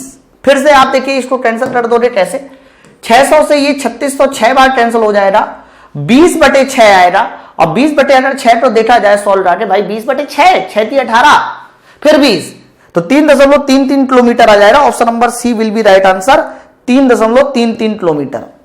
ये मेरा उत्तर सही हो जाएगा, ठीक है, ऑप्शन नंबर सी। चलिए 32 का ऑप्शन नंबर सी हो गया। नेक्स्ट क्वेश्चन की ओर बढ़ते हैं। क्वेश्चन नंबर 33 देखिए क्या है क्वेश्चन नंबर 33। स्पेसिंग इतनी है कि क्या बताया जाए। देखिए क्वेश्चन क्या है, एक कण ए को किसी ऊंचाई से गिराया जाता है, उसी समय एक अन्य को बी से हॉरिजॉन्टली फेंका जाता है। अरे भाई, एक आदमी को या एक किसी पिंड को ऊंचाई से गिराया जाता है और दूसरे को 5 मीटर पर सेकेंड से कैसे फेंका जाता है, हॉरिजॉन्टल फेंका जाता है। तो भाई बी की वर्टिकल वेलोसिटी तो अभी भी 0 है ना, तो ए की वर्टिकल वेलोसिटी वैसे ही 0 और बी की वर्टिकल वेलोसिटी इसलिए 0 क्योंकि बी को हॉरिजॉन्टल फेंका गया है। तो जब बी की भी वर्टिकल वेलोसिटी 0, दोनों की वर्टिकल वेलोसिटी 0, तो दोनों के दोनों पार्टिकल एक ही समय पर पृथ्वी पर आएंगे। Option number B will be right answer. Both particle will reach the earth plane at the same speed. At the same speed, same speed नहीं होना चाहिए भैया, सेम टाइम होना चाहिए। ये गलत है, ये गलत है, स्पीड सेम नहीं होती, सेम टाइम होना। Option number A will be right answer. Both particle will reach the earth plane at the same time. Speed अलग अलग हो जाएगी भाई, उसके पास 5 है तो उसके पास जो स्पीड आएगी वो 5 के अकॉर्डिंग थोड़ी ज्यादा आएगी बी की स्पीड, ठीक है। तो स्पीड गलत है लेकिन टाइम सही है, टाइम सेम होना चाहिए। चलिए आगे क्वेश्चन, अरे वाह क्वेश्चन नंबर 35 देखिए, दबादार क्वेश्चन है। इसमें भी एक बहुत बढ़िया जादू होने वाला, बस वो जादू देखिएगा कैसे वो जादू किया जाएगा। और ये जादू मैंने आपको करना सिखाया है अभी थ्योरी वाली क्लास में। ध्यान देना, क्वेश्चन नंबर 35 क्या है। एक प्रक्षेप से गति प्रारंभ करता है, इसका क्षैतिज से विस्थापन x बराबर kt लिखा है, ऊर्ध्वाधर विस्थापन y बराबर kt ब्रैकेट में 1 - अल्फा t लिखा है। जहां k और अल्फा नितांक है तथा समय है, तब उड़ान काल बताइए और अधिकतम ऊंचाई बताइए। मतलब टाइम ऑफ फ्लाइट भी बताइए और अधिकतम ऊंचाई भी बताइए, दोनों चीजें बतानी है। तो टाइम ऑफ फ्लाइट निकालना तो बड़ा आसान है, कैसे मैं आपको बताऊं। y बराबर लिखा हुआ है देखिए kt, और अंदर अगर मल्टीप्लाई भी मैं कर दूं, इसके अंदर मल्टीप्लाई कर दूं तो kt minus k into alpha into T square, ये है एक्चुअली में। तो एक बात बताइए, अगर उड़ान काल चाहिए तो उड़ान काल निकालने के लिए मैं y को 0 कर दूं, जैसे ही मैं y को 0 करूंगा तो समय की वैल्यू 2 निकलेगी। एक समय का मान आएगा t बराबर 0, चाहे चेक कर सकते हैं, और दूसरा जो समय आएगा वो ही उड़ान काल होगा, क्योंकि याद करो मैंने एग्जाम्पल में भी सोल्व कराया था। दूसरा उड़ान काल भाई एक जहां से चला और दूसरा जहां पर टकराया, तो दोनों के लिए y 0 होगा, क्योंकि एक ही प्लेन की बात हो रही है ना। तो यहां से टाइम के एक मान 0 आएगा, दूसरा मान निकाल लेते हैं। तो दूसरा मान kt बराबर k अल्फा टी स्क्वायर, तो k से k कैंसिल, सॉरी k से k कैंसिल, हाँ t से t भी कैंसिल, तो मुझे t एक t का मान आ जाएगा, एक t का मान आ जाएगा 1 बटे अल्फा, और यही जो t आएगा यही उड़ान काल होगा, यही टाइम ऑफ फ्लाइट होगा। लेकिन 1 अपॉन अल्फा तो भाई बहुत सारे ऑप्शन है, 1 अपॉन अल्फा इसमें भी है, इसमें भी, इसमें उसमें नहीं है। लेकिन है अधिकतम ऊंचाई पूछी जा रही है, कोई दिक्कत नहीं, अधिकतम ऊंचाई भी निकलाएगी। कैसे निकलेगा अधिकतम ऊंचाई? अधिकतम ऊंचाई कैसे निकलेगा भाई? ये उड़ान काल है पूरा समय। तो मैं आपसे पूछूं कि आधा समय कितना होना चाहिए भाई? आपका ये उड़ान काल कैपिटल T 1 अपॉन अल्फा है, तो आधा समय कितना होना चाहिए? तो आधे समय में ही तो पिंड उच्चतम ऊंचाई पर होगा, तो आधा समय हो जाएगा 1 अपॉन 2 अल्फा, आधा समय हो जाएगा 1 अपॉन 2 अल्फा, आधा कर दो तो 1 अपॉन 2 अल्फा। फिर से आप ये इक्वेशन में रख दो, y पता चल जाएगा 1 अपॉन 2 अल्फा टाइम की जगह, तो y बराबर k, टाइम की जगह रख दी जाए 1 अपॉन 2 अल्फा, और ब्रैकेट में हो जाएगा 1 माइनस अल्फा टी, और टी की जगह हो जाएगा 1 अपॉन 2 अल्फा। अब थोड़ा दिमाग लगाना है ना, बहुत ज्यादा जगह नहीं है मेरे पास, लेकिन मैं देखिएगा कैसे सॉल्व कर रहा हूं। अल्फा से अल्फा कैंसिल, 1 बटे 2, तो 1 माइनस 1 बटे 2, 1 माइनस 1 बटे 2, 1 बटे 2, और जैसे 1 बटे 2 करोगे तो ये 1 बटे 2 इसको 1 बटे 4 कर देगा, तो आंसर पता कितना आ जाएगा? k बटे 4 अल्फा, ये मेरा उत्तर आ जाएगा k बटे 4 अल्फा। तो टाइम ऑफ फ्लाइट का आंसर 1 अपॉन अल्फा, अधिकतम ऊंचाई k बटे 4 अल्फा, तो k बटे 4 अल्फा 1 अपॉन अल्फा, केवल एक ही आंसर है, option number D will be right answer. Check कीजिए जल्दी से, डी है ना। चलिए नेक्स्ट क्वेश्चन की ओर आ जाइए। अगला क्वेश्चन देखिए क्या है। अरे वाह, बहुत बढ़िया क्वेश्चन है, क्वेश्चन नंबर 36। एक कण को x अक्ष के अनुदिश v0 वेग से प्रक्षेपित किया जाता है, प्रक्षेपित किया जा रहा है। फिर बोला जा रहा है इस कण का मंदन है मूल बिंदु से दूरी के वर्ग के समानुपाती है, यानी जो रिटार्डेशन है वो लिखा हुआ है कि जो a है वो अल्फा इंटू एक्स स्क्वायर के समानुपाती है, ये मंदन। लेकिन जो आपका रिटार्डेशन a है वो एक्स स्क्वायर के समानुपाती, जैसे जैसे x बढ़ेगा वैसे वैसे रिटार्डेशन बढ़ेगा, और एक समय आएगा उसको रोक देगा। तो बोला जा रहा है कण द्वारा तय की गई, या कण द्वारा कितनी दूरी तय की जाएगी जब पिंड रुकेगा, यानी जब पिंड रुकेगा तो बताओ कितनी दूरी तय की जाएगी, ये है सवाल। कैसे लगेगा? सोचने वाली बात है, कैसे लगेगा, कैसे लगेगा? तो अगर मैं इसका एक बार इंटीग्रेशन कराता हूं, नहीं इंटीग्रेशन नहीं हो सकता। क्यों नहीं हो सकता इंटीग्रेशन? इसलिए नहीं हो सकता इंटीग्रेशन भाई साहब क्योंकि यहां पर टाइम नहीं है। टाइम होता तो मैं फटाक से इंटीग्रेशन करा देता, है ना। हाँ, एक काम और हो सकता है, पता क्या काम हो सकता है? एक ही जगह पर मैं v into d v upon d x जरूर लिख सकता हूं,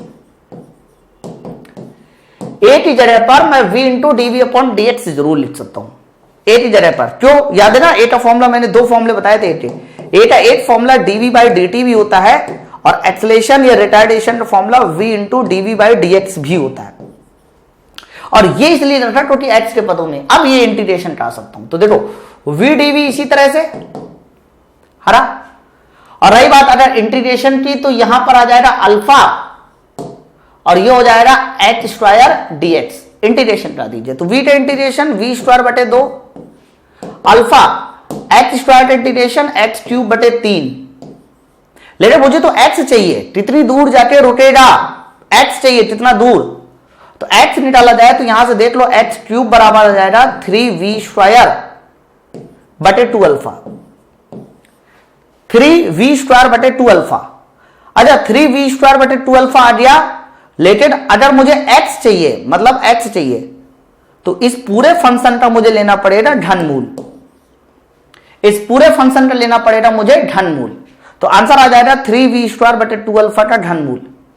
तो 3v स्क्वायर अपॉन 2 अल्फा का घनमूल सही कर लेना यार, यह आंसर गलत है, यहां v स्क्वायर होना चाहिए था, v नॉट स्क्वायर, है ना।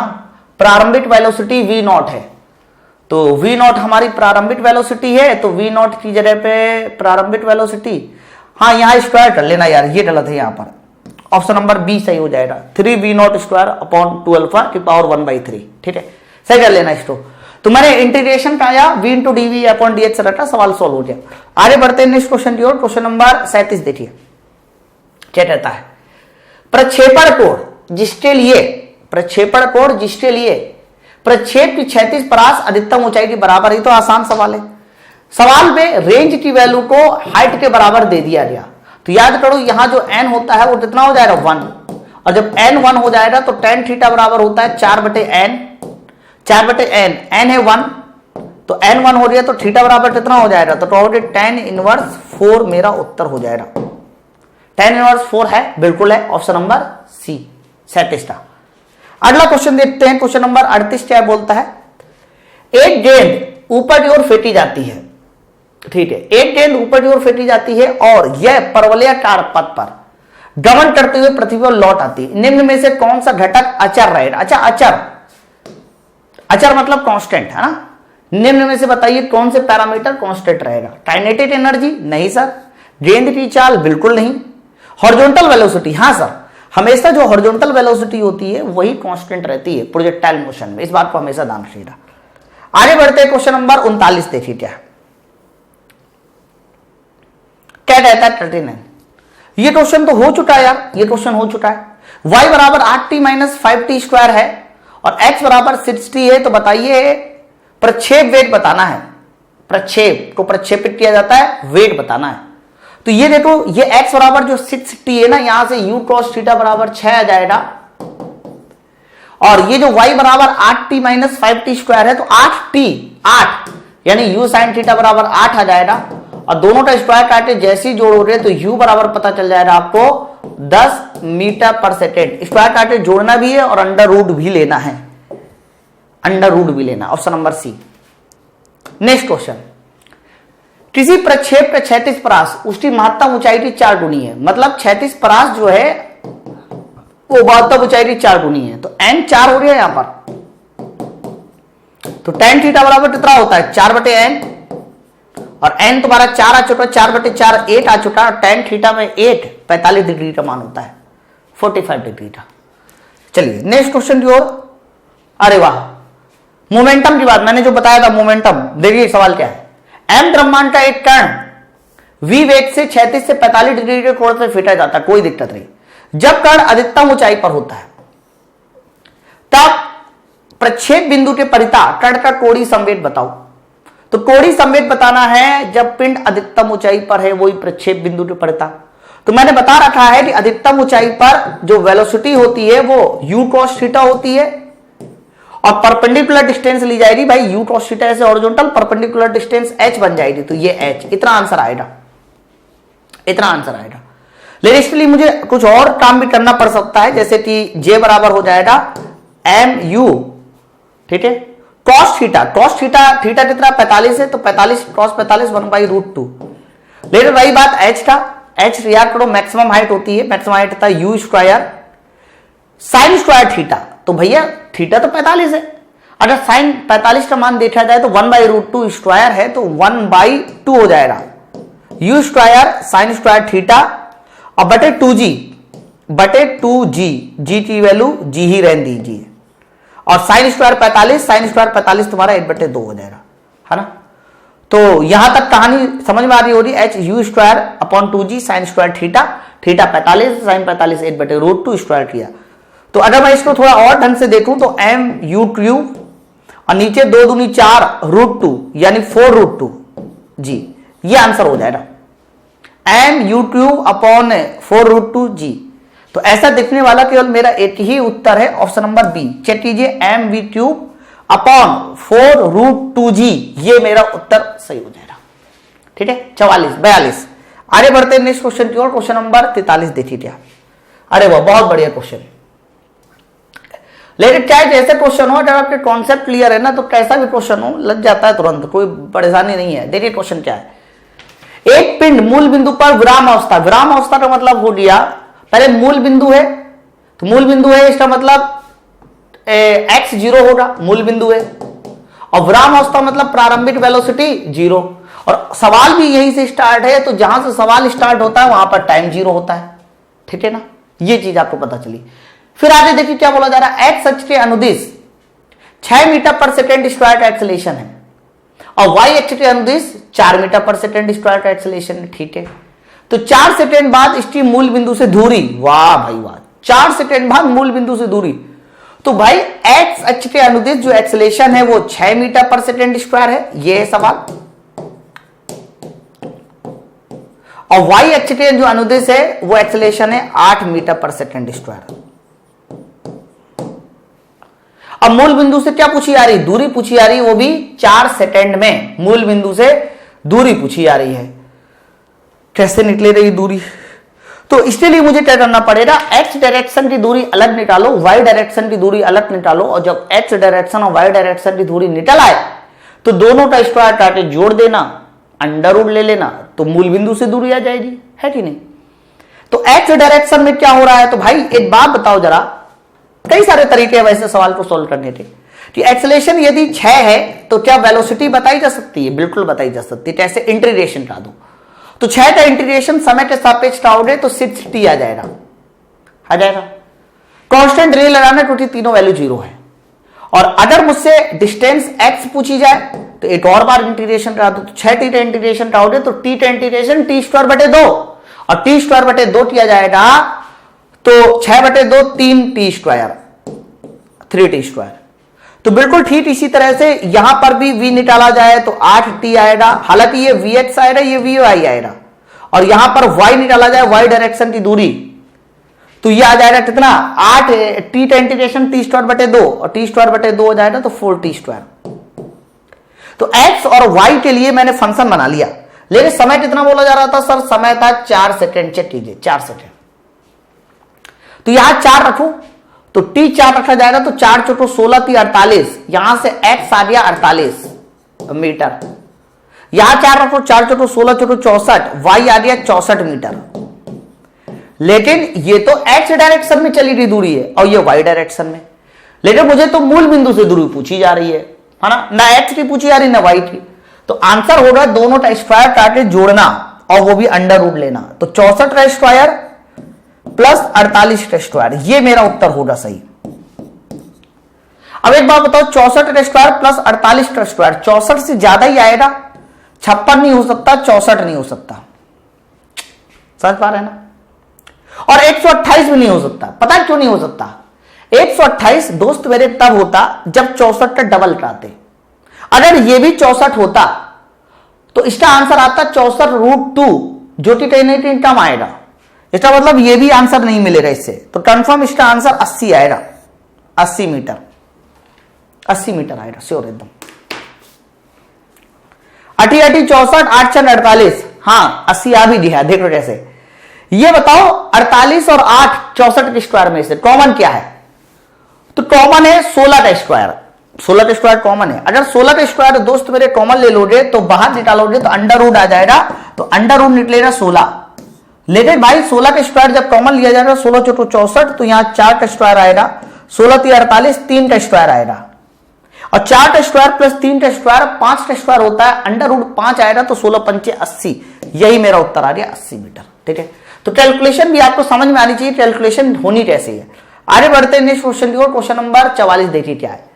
दो वस्तुओं को समान वेग से प्रक्षेपित किया जाता है यदि एक वस्तु को क्षैतिज से 30 डिग्री कोण पर, अन्य को क्षैतिज से 60 डिग्री कोण पर। वाह सर, अगर 30 और 60 तुमने मुझे बता दिया एंगल, तो रेंज तो आपस में बराबर होगी, श्योर है एकदम, रेंज आपस में बराबर होगी। लेकिन उन्होंने पूछा है उनकी अधिकतम ऊंचाइयों का अनुपात, यानी h1:h2 पूछा है। तो याद करो मैंने शुरुआत में ही बताया था कि ऐसे सवालों में जो h1:h2 आया था वो एक्चुअली में आया था sin² theta ratio cos² theta. ठीक है, अगर ऐसे नहीं समझ में आता तो कोई बात नहीं, sin² 30 रख दो और sin² 60 रख दो। भाई 30 और 60 ही तो बदल रहे हैं ना, फॉर्मूला क्या होता है, u² sin² थीटा/2g, तो sin² थीटा होता है sin² थीटा, sin2 थीटा नहीं, h है sin² थीटा, तो यहां हो जाएगा sin² 30 और रेशियो हो जाएगा sin² 60। sin 30 का मान होता है 1/2, स्क्वायर का आ जाएगा 1/4 रेशियो। साइन सैड का मान होता है √3/2, लेकिन स्क्वायर का आ जाएगा तो 3/4 हो जाएगा, 4 से 4 कोई मतलब नहीं, तो रेशियो 8:3 आ गया। 8:3 है कोई उत्तर? बिल्कुल है, option number B will be right answer, 1:3, option number B. ठीक है, चलिए आगे बढ़ते हैं नेक्स्ट क्वेश्चन की ओर। क्वेश्चन नंबर 45 देखिए क्या बोला जा रहा है, क्या कहता है क्वेश्चन नंबर 45। एक पिंड जिसका द्रव्यमान m है, v से 36 से 30 डिग्री के कोण पर फेंटा जाता है। एक अन्य पिंड जिसका द्रव्यमान पहले पिंड के समान है, समान वेग से 60 डिग्री पर अच्छा a और b की 6, अरे सर क्या सवाल है, एक तो तुम फेंट रहे हो 30 डिग्री के एंगल पर v वेलोसिटी से, और समान वेग से ही दूसरे को फेंट रहे हो 60 डिग्री। अरे कोटिपूरक एंगल हो गया, और जब कोटिपूरक एंगल हो गया और उन्होंने पूछा क्या, देखो 36 परासों का अनुपात रेंज, तो कोटिपूरक एंगल पर हमेशा रेंज बराबर होती है, और जब कोटिपूरक एंगल पर रेंज हमेशा बराबर होती है, इसका मतलब इसका उत्तर आने वाला है ऑप्शन नंबर बी, 1:1।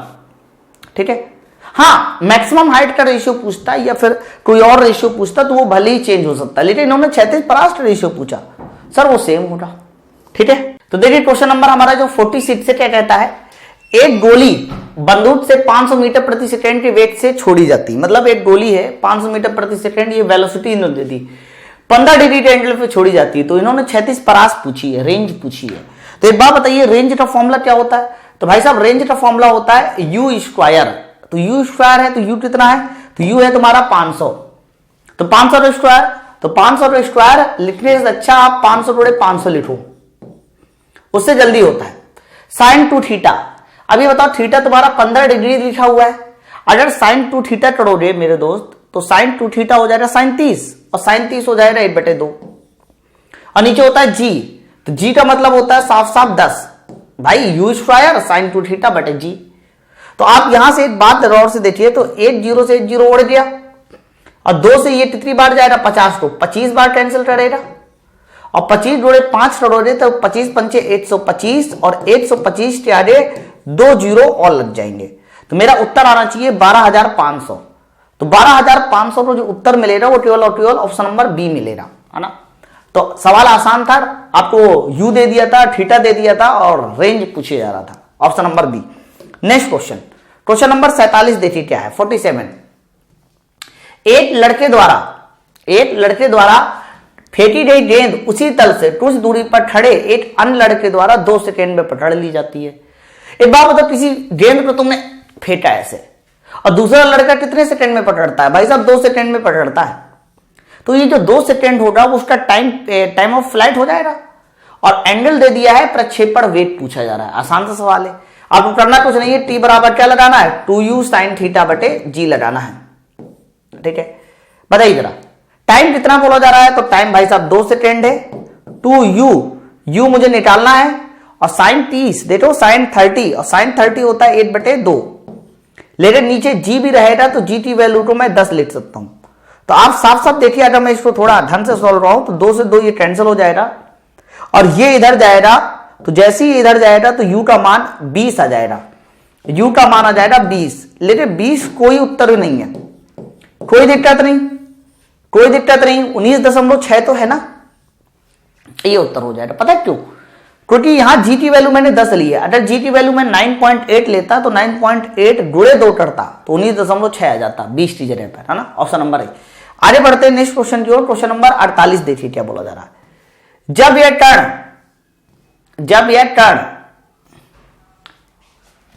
एक कण को प्रारंभिक वेग से प्रक्षेपित किया जाता है तो यह 25 मीटर की दूरी तय करता है, मतलब ये तो बोला जा रहा है कि जब एक कण को प्रारंभिक वेग से प्रक्षेपित किया जाता है तो 25 मीटर की दूरी तय करता है, उसी तल से जब दुगने वेग से प्रक्षेपित किया जाएगा तो इसके द्वारा तय की गई दूरी। तो आप बताइए रेंज का जो फॉर्मूला होता है, कई बार मैंने बताया है कि रेंज वेलोसिटी के स्क्वायर के डायरेक्टली प्रोपोर्शनल होता है।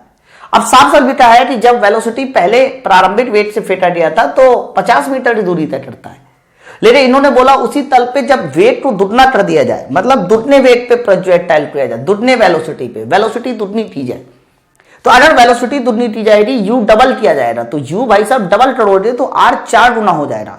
अगर r 4 गुना हो गया तो पहले 50 मीटर था, तो 4 गुना कर दो, 50 का 4 गुना 200 मीटर हो जाएगा। Option number C will be right answer. आगे बढ़ते हैं नेक्स्ट क्वेश्चन की ओर। क्वेश्चन नंबर 49 देखिए क्या।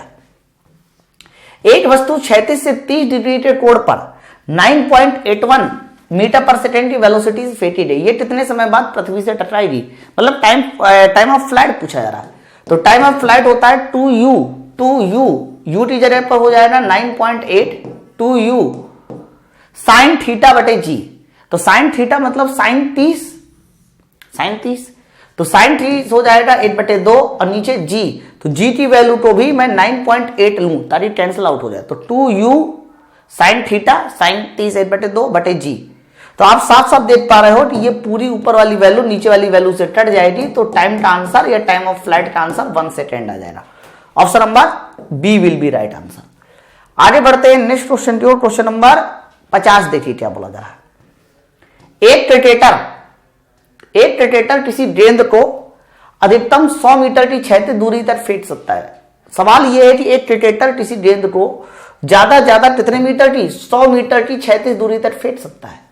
फिर बोला जा रहा है कि समान प्रयास से वह गेंद को ऊर्ध्वाधर कितना फेंक सकता है। ये सवाल मैं बता चुका हूं कि जब किसी पिंड को आप ज्यादा अगर 100 मीटर तक फेंक सकते हो, तो अगर उसी पिंड को उतनी ताकत के साथ ऊपर फेंका जाए ना, तो आप 85 मीटर यानी आधी दूरी तक फेंक सकते हो।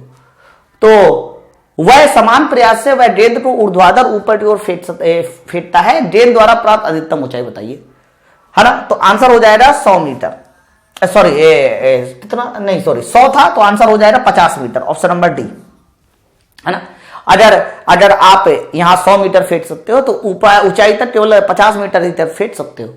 यहां पर इस सवाल का ये मतलब नहीं है कि आपने 100 मीटर फेंका तो मैक्सिमम हाइट बताओ, नहीं।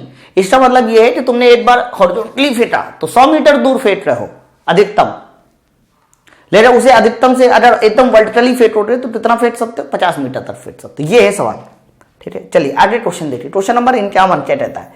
एक क्रिकेटर एक गेंद को अधिकतम 100 मीटर की क्षैतिज दूरी तक फेंक सकता है, ठीक है। तो गेंद का प्रक्षेपण वेग बताना है। गेंद का प्रक्षेपण वेग मतलब वेलोसिटी बतानी है। तो दोस्त मेरे, अगर अधिकतम 100 मीटर तक दूर फेंक सकता है, तो आपको पता है कि अधिकतम आर मैक्स का जो फॉर्मूला होता है, केवल आर मैक्स का, वो होता है u² बटे जी। क्यों u² बटे जी किया मैंने, क्योंकि यहां जो साइन 2 थीटा होगा वो 1 हो जाएगा, है ना, क्योंकि अधिकतम देखा जा रहा है, अधिकतम बोला जा रहा है। तो ये बताइए आर मैक्स का मान 100 कर दीजिए और जी की वैल्यू होती है 10, तो जी इधर जाएगा 10, तो u का मान आ जाएगा √8000। √8000 कभी 30 नहीं हो सकता, कभी नहीं, क्योंकि 30 का स्क्वायर 900 होता है। कभी 42 नहीं हो सकता, क्योंकि 42 का स्क्वायर 1600 से ऊपर जाएगा। सर वो तो 8000 है। 35 भी नहीं हो सकता, क्योंकि 35 का स्क्वायर मैं डायरेक्ट बता सकता हूं, 5 पंचे 25, 4 3 12, 1225 होगा 35 का स्क्वायर। तो कंफर्म इसका आंसर 32 आएगा। Option number C will be right answer. अब 32 का स्क्वायर करके देख लीजिए, 1000 के आसपास आएगा, ठीक है ना। Option number C. आगे बढ़ते हैं नेक्स्ट क्वेश्चन की ओर। क्वेश्चन नंबर 52 देखिए क्या है। Question number 52। एक गेंद को 30 डिग्री के उन्नयन कोण पर v0 वेलोसिटी से फेंका जाता है। तो निम्न में से सत्य कथन बताइए। सत्य मतलब सही चीज बताइए। तो पहला जो स्टेटमेंट है मैं थोड़ा और बड़ा कर देता हूं, क्योंकि मुझे सही स्टेटमेंट बताना है। तो पहला जो स्टेटमेंट लिखा हुआ है वो ये लिखा हुआ है कि प्रक्षेप के उच्चतम बिंदु पर गतिज ऊर्जा शून्य होगी। टोटली गलत। सर गतिज ऊर्जा शून्य थोड़ी ना होगी, क्योंकि हॉरिजॉन्टल वेलोसिटी तो रहेगी ना। संवेग का ऊर्ध्वाधर घटक संरक्षित रहेगा, गलत। संवेग का वर्टिकल कंपोनेंट कभी संरक्षित नहीं रह सकता। क्यों नहीं रह सकता, क्योंकि वर्टिकल वेलोसिटी बदलती है। संवेग का हॉरिजॉन्टल मतलब क्षैतिज घटक, हाँ सर ये सही है। जो संवेग होता है, मोमेंटम होती है, उसकी भैया हॉरिजॉन्टल वेलोसिटी कांस्टेंट रहती है। अगर हॉरिजॉन्टल वेलोसिटी कांस्टेंट है तो हॉरिजॉन्टल जो घटक आएगा वो भी कांस्टेंट रहेगा ना संवेग का। अगला है प्रक्षेप के उच्चतम बिंदु पर द्वितीय स्थिति न्यूनतम नहीं। उच्चतम बिंदु पर द्वितीय स्थिति न्यूनतम नहीं, अधिकतम होती है। तो केवल सही स्टेटमेंट ऑप्शन नंबर सी है। भाई वेलोसिटी का हॉरिजॉन्टल कंपोनेंट कांस्टेंट है, तो वेलोसिटी का हॉरिजॉन्टल कंपोनेंट कांस्टेंट है, तो संवेग का भी हॉरिजॉन्टल कंपोनेंट कांस्टेंट होगा ना, क्योंकि द्रव्यमान का कोई मतलब नहीं। संवेग होता है m × v, ठीक है। चलिए आगे बढ़ते हैं नेक्स्ट क्वेश्चन की ओर। क्वेश्चन नंबर 53 देखिए क्या है। किसी प्रक्षेप का क्षैतिज परास इसकी अधिकतम ऊंचाई का 4√3 है। कहा जा रहा है क्षैतिज परास जो है वो अधिकतम ऊंचाई का 4√3 है, यानी R बराबर लिखा हुआ है 4√3h। तो बताइए यहां पर ये जो n लिखा हुआ है n, ये कितना है, तो n बराबर आ जाए 4, n बराबर 4√3। तो आपको फॉर्मूला बताया गया था tan थीटा बराबर होता है 4/n,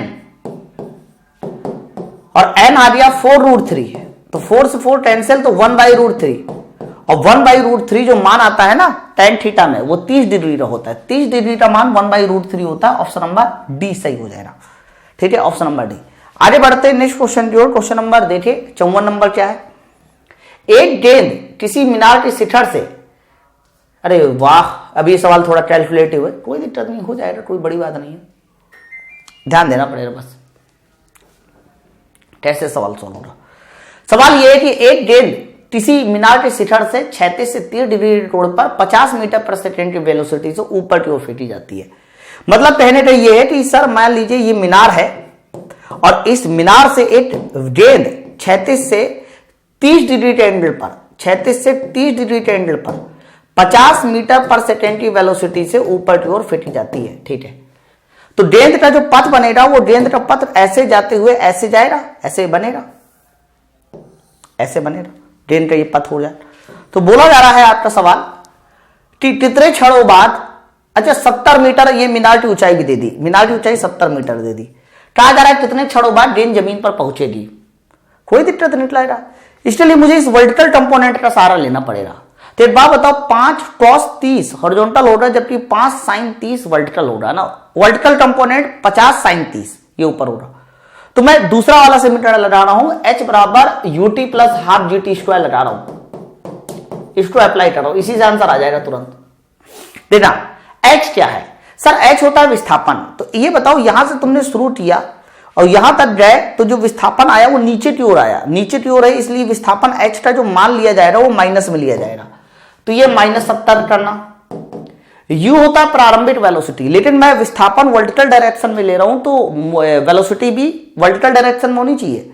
तो 50 cos 30 हॉरिजॉन्टल होगा जबकि 50 sin 30 वर्टिकल होगा। अच्छा 50 sin 30 होता है कितना, 50 sin 30 1/2 है, और 50 के साथ 1/2 करोगे तो 25 आ जाएगा ऊपर की ओर, इसलिए प्लस 25t।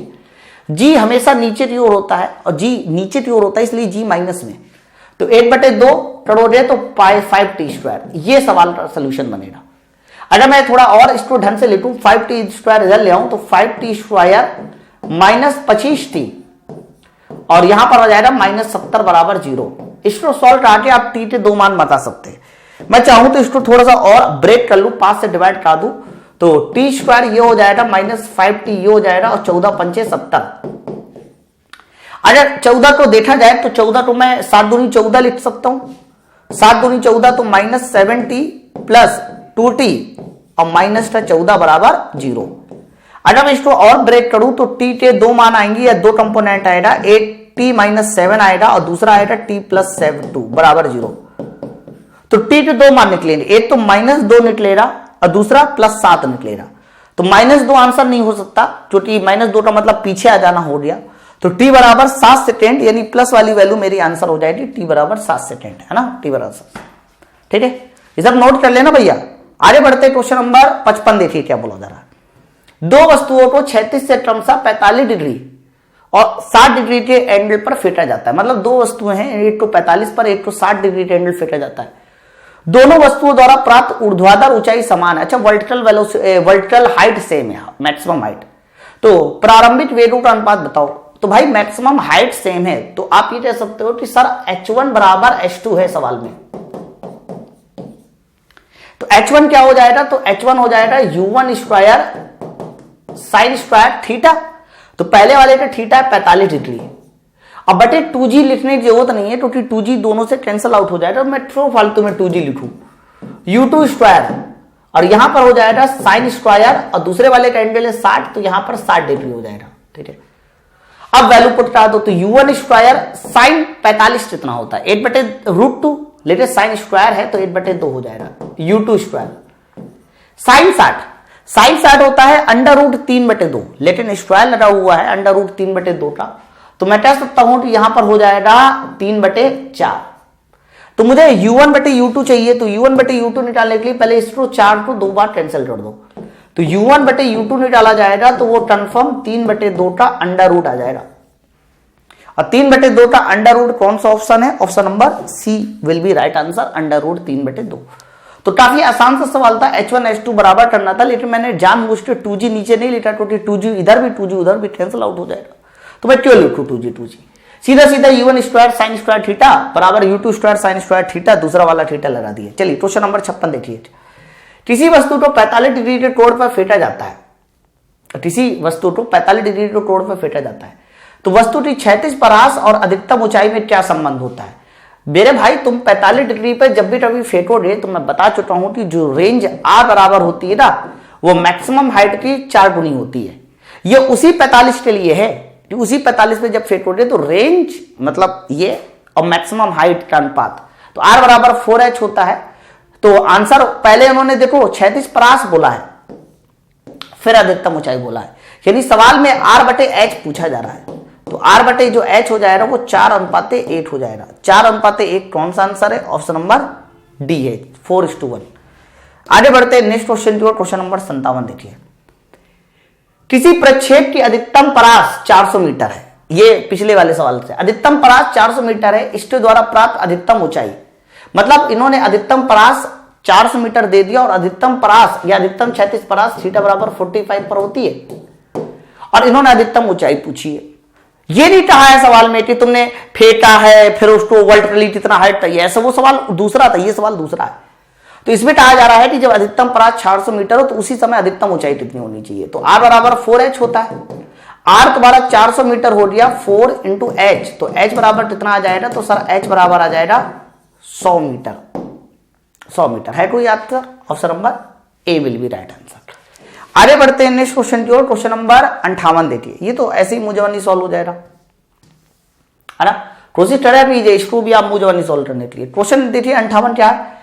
यदि किसी क्षण t समय पर एक गतिमान के निर्देशांक दिए रहे, अब देखो x बराबर लिखा हुआ है अल्फा टी क्यूब और y बराबर लिखा हुआ है बीटा टी क्यूब।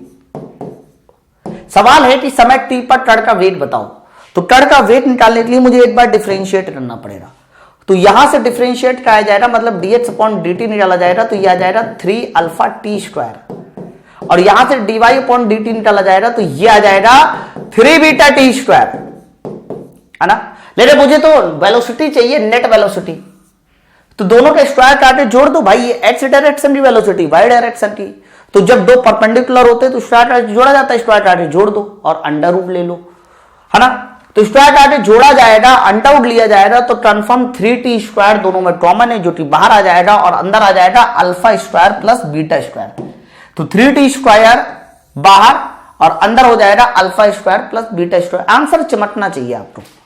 आगे देखिए अगला क्वेश्चन क्या है। अगला क्वेश्चन नंबर 60 देखिए क्या है। एक प्रक्षेप गतिज ऊर्जा k से, मतलब एक प्रक्षेप है जो गतिज ऊर्जा k से प्रक्षेपित किया जाता है, यदि अधिकतम परास और अधिकतम परास तक जाए। अच्छा, अधिकतम परास का मतलब ये होता है कि थीटा बराबर 45 होगा, तो अधिकतम परास तक जाने का मतलब थीटा बराबर 45 तक जाए, तो अधिकतम ऊंचाई पर इसकी गतिज ऊर्जा बता दो।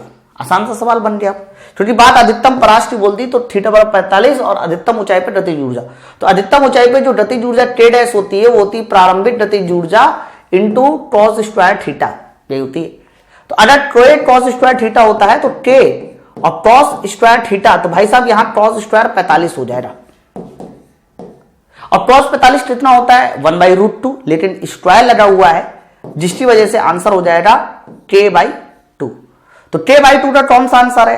तो ध्यान रखिएगा k/2 का आंसर है ऑप्शन नंबर बी 0.5k। ठीक है, तो ये हमारा क्वेश्चन नंबर 60 हो गया। प्रक्षेप की अधिकतम ऊंचाई पर चाल उसकी प्रारंभिक चाल की आधी है, मतलब ये है कि प्रक्षेप पर जो भी चाल होगी, और चाल होती कितनी है तो u cos थीटा होती है, वो प्रारंभिक चाल की आधी है, मतलब ये u cos थीटा प्रारंभिक चाल की आधी है, यानी u/2 के बराबर होगी। तो प्रक्षेप की अधिकतम ऊंचाई पर चाल मतलब u cos थीटा प्रारंभिक चाल की आधी कर दी, तो u से u कैंसिल हो जाएगा, तो cos थीटा बराबर आ जाएगा 1/2, और 1/2 का सीधा सा मतलब है कि थीटा बराबर होगा 60 डिग्री। ठीक है ना, तो थीटा बराबर एक्स्ट्रा 60 डिग्री हो जाएगा प्रक्षेपण कोण, ऑप्शन नंबर ए। आगे बढ़ते हैं नेक्स्ट क्वेश्चन की ओर। क्वेश्चन नंबर आ जाइए जल्दी से 62 नंबर देखिए क्या है। क्वेश्चन नंबर 62 क्या है? एक प्रक्षेपास्त्र मतलब कोई भी प्रक्षेपास्त्र होगा अधिकतम परास के लिए प्रक्षेपित किया जाता है। सीधी सी बात यह है कि अधिकतम परास के लिए प्रक्षेपित किया जाता है, और जब अधिकतम परास बोल दिया तो इसका सीधा सा मतलब है कि थीटा बराबर सर 45 डिग्री पर प्रक्षेपित किया जाता है ना, अधिकतम परास के लिए। यदि इसका प्रारंभिक वेट भी इन्होंने दे दिया 20 मीटर पर सेकेंड, तो बोला जा रहा है कि परास बताइए। तो एक बात बताओ, अगर थीटा बराबर 45 पे सॉल्व करते हैं यानी मैक्सिमम रेंज मिलेगी, और मैक्सिमम रेंज का जो फॉर्मूला होता है आर मैक्स बराबर वो होता है यू स्क्वायर बटे जी, क्योंकि आगे जो साइन टू थीटा होता है वो 1 हो जाएगा। तो u कितना है 20 है, तो भाई साहब 20 गुणे 20 और नीचे g, और g की वैल्यू 10, तो ये कैंसल आउट हो जाएगा। तो 20 गुणे 2 हमारा 40 मीटर आ जाएगा, यानी अधिकतम परास सर 40 मीटर होने वाली है, ऑप्शन नंबर बी। आगे बढ़ते हैं नेक्स्ट क्वेश्चन की ओर। क्वेश्चन नंबर 63 देखिए, बढ़िया क्वेश्चन है, इंपॉर्टेंट क्वेश्चन है, ध्यान रखना। क्वेश्चन नंबर 63 क्या कहता है, ध्यान से देखिएगा। क्या है क्वेश्चन नंबर 63? एक प्रक्षेप को क्षैतिज से 45 डिग्री के कोण पर प्रक्षेपित किया। मतलब यह है कि एक प्रक्षेप को तुमने क्षैतिज से 45 डिग्री के एंगल पर प्रक्षेपित किया, यानी कुछ ऐसे प्रक्षेपित किया है, और जब प्रक्षेपित किया था तो क्षैतिज से कितना डिग्री का एंगल बन रहा था 45 डिग्री, यानी ये जो एंगल है सर ये एंगल आपका 45 डिग्री है। कितना है 45 डिग्री है। फिर आगे देखिए क्या बोला जा रहा है, फिर बोला जा रहा है कि तो प्रक्षेप बिंदु से देखने से प्रक्षेप के उच्चतम बिंदु का उन्नयन कोण बताओ। कहा जा रहा है कि यदि इस प्रक्षेप बिंदु से उच्चतम बिंदु तक देखा जाए, ए को देखा जाए, तो ओ से ए की ओर देखने पर उन्नयन कोण बताइए, है ना। तो ओ से ए देखिए तो नजरें ऐसी जाएगी, यानी नजरें जो जाएंगी वो इस रेड वाली लाइन में जाएगी। तो बताना है कि इस समय ये जो उन्नयन कोण बनना चाहिए, ये कोण, ये एंगल कितना बनना चाहिए। इस एंगल को मान लीजिए मैंने अल्फा कह दिया, ये एंगल पूछा। तो भाई दोनों बातें अलग है, प्रोजेक्टाइल एंगल 45 डिग्री वो अलग आएगा, और ये जो अल्फा बनेगा ये अलग आएगा, ये ऐसे उन्नयन कोण बनेगा ना। तो क्या ये अल्फा नहीं निकाला जा सकता? निकाला जा सकता है। कैसे ये बताओ? आपने 36 से 45 डिग्री के कोण पे फेंटा, मतलब मैक्सिमम रेंज पे फेंटा है। तो मैक्सिमम रेंज का सीधा सा मतलब ये है कि अगर रेंज मेरी 4 गुनी है, भाई रेंज 4 है, तो हाइट कितनी होगी 8 होगी, यही तो रेशियो होता है 4 और 8। तो अगर 4 और 8, ये पूरा 4 है तो ये 8 है, तो यहां से लेकर यहां तक कितना होगा? तो यहां से लेकर यहां तक 2 होगा केवल, है ना। तो ये 2 हो गया, ये 8 हो गया, तो मुझे tan अल्फा चाहिए। तो tan अल्फा आ जाएगा लंब बटे आधार, यानी 1/2, और 1/2 tan अल्फा है, तो अल्फा होगा tan इनवर्स 1/2 आ जाएगा, यानी ऑप्शन मेरा डी सही हो जाएगा, tan इनवर्स 1/2। अच्छा सवाल था, tan इनवर्स 1/2, ठीक है। और ये पता होना चाहिए रेंज 4 गुनी होती है, इसलिए मैंने डायरेक्ट इसको 4 माना, तो आधा 2 हो जाएगा, ये 8 हो जाएगा, है ना। 4 गुनी होती है मैक्सिमम हाइट की। अगला क्वेश्चन देखिए, क्वेश्चन नंबर 64। ये भी क्वेश्चन बढ़िया है, ध्यान से देखना। क्वेश्चन नंबर 64 क्या है, बहुत प्यारा क्वेश्चन है, कंफ्यूजन क्रिएट करेगा थोड़ी सी। एक लड़ाकू विमान 500 मीटर प्रति सेकंड की चाल से 36 गति कर रहा है। एक लड़ाकू विमान है 500 मीटर प्रति सेकंड की वेलोसिटी से 36 गति कर रहा है। इससे बम गिराया जाता है जो कि जमीन पर 10 सेकंड में टकराता है। अच्छा, जमीन पर 10 सेकंड में टकराता है, तो वह कोण बताओ जिससे बम जमीन पर टकराएगा, वो बताना है, ठीक है। कोई दिक्कत नहीं, लग जाएगा, मैं आपको बताऊं। ये मान लीजिए आपका हो गया लड़ाकू विमान, और इससे गिराएगा बम। लड़ाकू विमान की वेलोसिटी 500 मीटर पर सेकेंड है, तो जितनी वेलोसिटी लड़ाकू विमान की होगी उतनी ही तुम्हारे बम की भी होगी 500 मीटर पर सेकेंड। लेकिन जैसे ही ये 500 मीटर पर सेकेंड से ऐसे जाएगा तो जमीन से किसी ना किसी एंगल पर जरूर टकराएगा। तो मान लीजिए जमीन से जिस एंगल पर टकराना है वो एंगल है, आपसे पूछा जा रहा है, वो एंगल पूछा जा रहा है कि जमीन से जिस एंगल पर टकराएगा, दैट मीन्स ये एंगल थीटा आपसे पूछा जा रहा है, ठीक है। तो इसके लिए मुझे पता है क्या चाहिए रहेगा, मैं आपको बता दूं इसलिए मुझे क्या चाहिए रहेगा। ये थीटा निकालने के लिए बड़ा ही आसान सा सवाल है, कोई टफ नहीं है, एकदम आसान सा सवाल है, बहुत ध्यान से देखना। ये बताओ जो बम था उसकी हॉरिजॉन्टल वेलोसिटी 500 थी ना, तो प्रोजेक्टाइल मोशन में हॉरिजॉन्टल कंपोनेंट कभी नहीं बदलता, क्लियर है ना। अगर हॉरिजॉन्टल वेलोसिटी 500 है तो इसका मतलब यहां पर भी ये वेलोसिटी कितनी होगी 500 होगी, श्योर एकदम।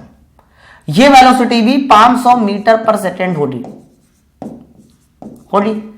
अगर मैं किसी तरह से इसकी वर्टिकल वेलोसिटी निकाल लूं, दैट मीन्स ये वेलोसिटी निकाल लूं, तो फिर एंगल निकालना कोई बड़ी बात नहीं होगी, बड़े आराम से निकलाएगा एंगल। तो वर्टिकल वेलोसिटी निकालने के लिए इनका इस बात का सहारा लेना पड़ेगा। 10 सेकेंड का, है ना। तो एक बात बताओ, अगर हॉरिजॉन्टली छोड़ा गया है तो वर्टिकल डायरेक्शन में जो शुरुआत में वेलोसिटी रही होगी सर वो 0 रही होगी। तो मैं जो समीकरण लगाने जा रहा हूं वो समीकरण लगाने जा रहा हूं, वेलोसिटी निकालनी है, वो भी अंतिम तीसरा वाला समीकरण लगाने जा रहा हूं, तीसरा वाला नहीं पहला वाला समीकरण लगाने जा रहा हूं। तो पहला वाला समीकरण क्या होता है, v बराबर u प्लस जी टी। अंतिम वर्टिकल वेलोसिटी मुझे निकालनी है, प्रारंभिक वर्टिकल वेलोसिटी 0 होगी, समझ पा रहे हैं ना। और चूंकि नीचे की ओर आ रहा है इसलिए मैं जी तो ऐसे ही रहने दे रहा हूं, डायरेक्शन नीचे की ओर है तो जी वैसे ही रहने दीजिए, या जी की वैल्यू 10 रख दीजिए। और बताओ समय कितने सेकंड बाद जमीन पर पहुंच जाता, 10 सेकंड बाद। तो यहां समय की वैल्यू 10 सेकंड रख दी। तो यहां से ये जो v निकला ना ये एक्चुअली में 100 निकला, लेकिन ये जो 100 आया ना v, ये एक प्रकार से वर्टिकल वेलोसिटी है जहां पर 10 सेकंड बाद। तो 10 सेकेंड बाद ये जो वर्टिकल वेलोसिटी 100 आया, तो मैं ये कह सकता हूं कि सर ये जो कंपोनेंट होगा सर ये 100 मीटर पर सेकेंड होगा। अब एक बात बताओ, वेलोसिटी का हॉरिजॉन्टल कंपोनेंट तुम्हें पता है, वेलोसिटी का वर्टिकल कंपोनेंट तुम्हें पता है, तो क्या थीटा नहीं बताया जा सकता? बताया जा सकता है ना। कैसे? इसको आप ऐसे कंप्लीट बनाइए, तो ये 100 है तो ये वाली लाइन भी 100 हो जाएगी, तो tan थीटा बराबर लंब बटे आधार यानी 100 बटे 500 हो जाएगा। तो tan थीटा बराबर 100 बटे 500 हो जाएगा। चित्र से भाई लंब बटे आधार, तो लंब हो जाएगा 100 और आधार हो जाएगा 500। 100 बटे 500 को tan थीटा बराबर 1 बटे 5 लिखा जा सकता है, और 1 बटे 5 का मतलब हो गया tan इनवर्स 1 बटे 5। Option number A will be right answer, tan inverse 1 बटे 5। ठीक है ना। अगर आपको ऐसे नहीं समझ में आ रहा तो आप इसको u cos थीटा मान लेना, इसको u sin थीटा मान लेना। भाई horizontal u cos theta, vertical u sin theta, फिर सवाल सॉल्व कर देना, तब भी आंसर आ जाएगा। आगे बढ़ते हैं नेक्स्ट क्वेश्चन की ओर। क्वेश्चन नंबर 65 देखिए क्या है। क्वेश्चन नंबर 65, एक क्रिकेट की गेंद 36 से 30 डिग्री का कोण बनाते हुए गतिज ऊर्जा k से टकराती है, इसकी उच्चतम बिंदु पर गतिज ऊर्जा। अरे टकराना मतलब अंतिम वाले पॉइंट पे गतिज ऊर्जा, तो अंतिम वाले पॉइंट और प्रारंभिक वाले पॉइंट दोनों सिमिलर पॉइंट होते हैं, है ना, दोनों पर गतिज ऊर्जा सेम होती है। तो आप सीधा सीधा सवाल ये समझो कि मुझे सर k पता है और k डैश निकालना है, तो k डैश हो जाएगा k cos स्क्वायर थीटा। लेकिन थीटा तुम्हारा 30 डिग्री है, जिसकी वजह से यहां पर k cos स्क्वायर 30 आएगा। और रही बात cos स्क्वायर 30 की, भाई cos स्क्वायर 30 क्या होना चाहिए, तो cos 30 होता है √3/2, और √3/2 होगा तो जैसे स्क्वायर का आ जाएगा तो √3/2 का स्क्वायर 3k/4 आ जाएगा। Option number D will be right answer. आगे बढ़ते हैं नेक्स्ट क्वेश्चन की ओर। क्वेश्चन नंबर 66 देखिए, यह भी सवाल बढ़िया है, न्यूमेरिकल है, छोटा सा लग जाएगा, देखते कितना आंसर आता है। क्वेश्चन नंबर 66, जमीन से एक पत्थर 25 मीटर प्रति सेकेंड के वेग से प्रक्षेपित किया जाता है। मतलब जमीन से एक पत्थर है वो 25 मीटर पर सेकेंड के वेग से प्रक्षेपित किया जाता है। 2 सेकेंड बाद यह पत्थर 5 मीटर की ऊंची दीवार पार कर लेता है, यानी 2 सेकेंड बाद वो वर्टिकल डिस्टेंस 5 मीटर रखता है। आप ये कह सकते हो। पत्थर का प्रक्षेपण कोण बताओ, लग जाएगा। मुझे जो इक्वेशन लगानी पड़ेगी वो लगानी पड़ेगी दूसरी वाली, h बराबर u sin theta into T, या फिर y बराबर, याद करो मैंने इसको y के पदों में याद कराया था, -12 g t स्क्वायर, ये लगानी पड़ेगी। तो भैया ऊपर वाली दीवार पार करता है, इसका मतलब y का मान तुम्हारा 5 हो जाएगा, y का मान 5 हो जाएगा। u की जगह तुम्हें 25 रखना है, मुझे थीटा नहीं दिया गया है इसलिए साइन थीटा को चुप्पे चाप साइन थीटा ही रख दीजिए। टी तो बताइए कितने सेकंड बाद पार करता है, सवाल में था 2 सेकंड बाद, तो टी की जगह 2 सेकंड रखिए, -12 जी की जगह पे 10 रखिए और टी की जगह पे 2 रखिए, तो 2 का स्क्वायर कितना हो जाएगा, 4 हो जाएगा, है ना। थोड़ा और ढंग से सॉल्व कराते हैं, तो ढंग से सॉल्व कराएंगे तो ध्यान देना भाई सब लोग। 10 × 40 बटे 2 20 इधर आएगा तो 25 बना दे रहेगा, यानी यहां बन जाएगा 25 और यहां पर 25 दूनी 50 साइन थीटा, तो 25 बराबर 50 साइन थीटा। तो कंफर्म यहां से जो थीटा आएगा निकल के वो 30 डिग्री आने वाला है। Option number A will be right answer. अब इतनी कैलकुलेशन तो आप समझ रहे होंगे कैसे की जाती है ना, क्योंकि ये सब कैलकुलेशन मैंने इतनी बार की है, हो सकता है आपको याद भी हो रही होगी, रट भी रही होगी, है ना। ठीक है, 30 डिग्री। चलिए आगे बढ़ते हैं नेक्स्ट क्वेश्चन की ओर। क्वेश्चन नंबर 67, अरे वाह बहुत बेहतरीन क्वेश्चन, ये क्वेश्चन आने के ज्यादातर चांस रहते हैं। क्वेश्चन नंबर 67, बहुत ध्यान से देखिएगा क्वेश्चन नंबर 67 क्या है। दो पत्थर समान वेट v से क्रमशः थीटा और 90 माइनस थीटा टेंडल। अच्छा थीटा और 90 माइनस थीटा मतलब सोचते हैं ना, टोटी पूरा टेंडल पे फिटेड है, तो रेंज बराबर होगी, श्योर एकदम रेंज बराबर होगी। यदि दोनों स्थितियों में महत्तम ऊंचाई क्रमशः h1 h2 हो तो रेंज r h1 h2 के बीच क्या संबंध होना चाहिए, ये है सवाल। तो रेंज तो बराबर होगी, इसलिए ना उसने r1 लिखा ना r2 लिखा, इसलिए r लिखा, और रेंज का मान पूछा रहा है कि बताइए किसके बराबर होगा। ठीक है, तो मैं आपको बता दूं कुछ आंसर तो ऐसे ही डेवलप किए जा सकते हैं, जैसे कि एक बात बताओ, जो भी मैक्सिमम हाइट आएगी इसका मात्रक भी मीटर होगा, इसका मात्रक भी मीटर होगा, और रेंज का मात्रक भी मीटर होगा। तो क्या मीटर स्क्वायर का मात्रक मीटर के बराबर हो सकता है? कभी भी नहीं। इसका मतलब ये उत्तर तो कभी जीवन में सही नहीं उठता, क्योंकि ये तो उसको नहीं फॉलो कर रहा, यूनिट को नहीं फॉलो कर रहा है ना, डायमेंशन को नहीं फॉलो कर रहा। हाँ अंडर रूट वाले जरूर उत्तर सही हो सकते हैं, लेकिन कौन सा उत्तर सही है ये मुझे कंफर्म करना पड़ेगा। तो रेंज बराबर होगी, तो सवाल ये है सबसे पहले कि रेंज होगी कितनी। तो सर जो रेंज होगी भाई, रेंज थीटा और 99 माइनस थीटा थीटा रेंज बराबर होगी, तो चाहे थीटा पे निकालो तो रेंज होगी यू स्क्वायर साइन 2 थीटा बटे जी, ये रेंज होगी, ये रेंज होगी। लेकिन मुझे इसका आंसर h1 h2 पदों बताना है, तो बताओ पहले h1 का मान कितना होना चाहिए। तो h1 का मान हो जाएगा you square sine square theta बटे 2g। इसी तरह से मैं h2 का मान पूछूं तो h2 का मान आ जाएगा यू स्क्वायर, और दूसरे को देखो 90 माइनस थीटा पे फेंक रहे हो, तो साइन स्क्वायर थीटा ना लगाकर यहां पर हो जाएगा कॉस स्क्वायर थीटा, भाई sine 90 minus theta cos theta बटे 2g। लेकिन मुझे फॉर्मूला ये बनाना है, मुझे फॉर्मूला ये बनाना है, तो एक काम करते हैं, दोनों का h1 h2 का मल्टीप्लाई भी चाहते हैं और अंडर रूट भी लेते हैं, मल्टीप्लाई भी चाहते हैं और अंडर रूट भी लेते हैं, मतलब मैं अंडर रूट h1 h2 निकालता हूं कितना होना चाहिए। तो भाई एक बात बताओ, अगर तुम मल्टीप्लाई भी चाह रहे हो अंडर रूट भी ले रहे हो, थोड़ा सोचना, तो मल्टीप्लाई चाहेंगे तो u square u to power 4 लेकर अंडर रूट भी लिया जाएगा तो यू स्क्वायर हो जाएगा। Sign square theta cos square theta multiply हुए लेकर अंडर रूट भी लिया जाएगा तो साइन थीटा कॉस थीटा होगा, और 2g का मल्टीप्लाई भी किया जा रहा, अंडर रूट भी लिया जाएगा तो नीचे 2g आएगा, श्योर एकदम। भाई अंडर रूट भी तो लेना। अगर मैं दोनों तरफ अच्छा इसको ये लिखा जा सकता है, बिल्कुल भी नहीं लिखा जा सकता भाई, मुझे ऊपर पता क्या बनाना पड़ेगा, ऊपर बनाना पड़ेगा साइन 2 थीटा। अगर ऊपर साइन 2 थीटा बनाना है तो ऊपर नीचे 2 का मल्टीप्लाई और करना पड़ेगा, तो रूट h1 h2 तो चलो ठीक है दोस्त मेरे, यहां 2 का ऊपर नीचे मल्टीप्लाई कीजिए तो यू स्क्वायर, जैसे 2 का ऊपर नीचे मल्टीप्लाई का हो जाए तो ऊपर वाला साइन 2 थीटा बन जाएगा, लेकिन जैसे नीचे 2 का मल्टीप्लाई का हो जाए तो ये 4g आ जाएगा, 4g। लेकिन मुझे इसमें r फिट करना है, तो r कैसे फिट किया जाए, तो देखिए भाई यू स्क्वायर साइन 2 थीटा बटे जी, यू स्क्वायर साइन 2 थीटा बटे जी r है। तो मैं आपको बता दूं कहां से कहां तक की वैल्यू r बनेगी, तो ये जो वैल्यू है ना, ये वैल्यू r बनेगी। अगर ये वैल्यू r बनेगी तो 4 इधर चला जाएगा, तो r बराबर हो जाएगा 4 root h1 h2, 4 root h1 h2। काफी इंपॉर्टेंट संबंध है, याद करके रखिएगा, कई बार आता है, इसलिए डायरेक्ट याद कर लीजिए कि रेंज r बराबर होता है 4 अंडर रूट h1 h2। ठीक है, option number A will be right answer. आगे बढ़ते हैं नेक्स्ट क्वेश्चन की ओर। क्वेश्चन उसी जैसा ये भी सवाल है, उसी के जैसा ये भी सवाल है, बहुत ध्यान से देखना ये सवाल क्या है, फटाक से। सवाल क्या है, सवाल ये है कि थीटा और 90 माइनस थीटा के प्रक्षेपित किसी वस्तु को क्षैतिज परास समान है, आर समान है, यदि दोनों स्थितियों में उड़ान काल t1 और t2 हो तो बताओ आर किसके समानुपाती होगा।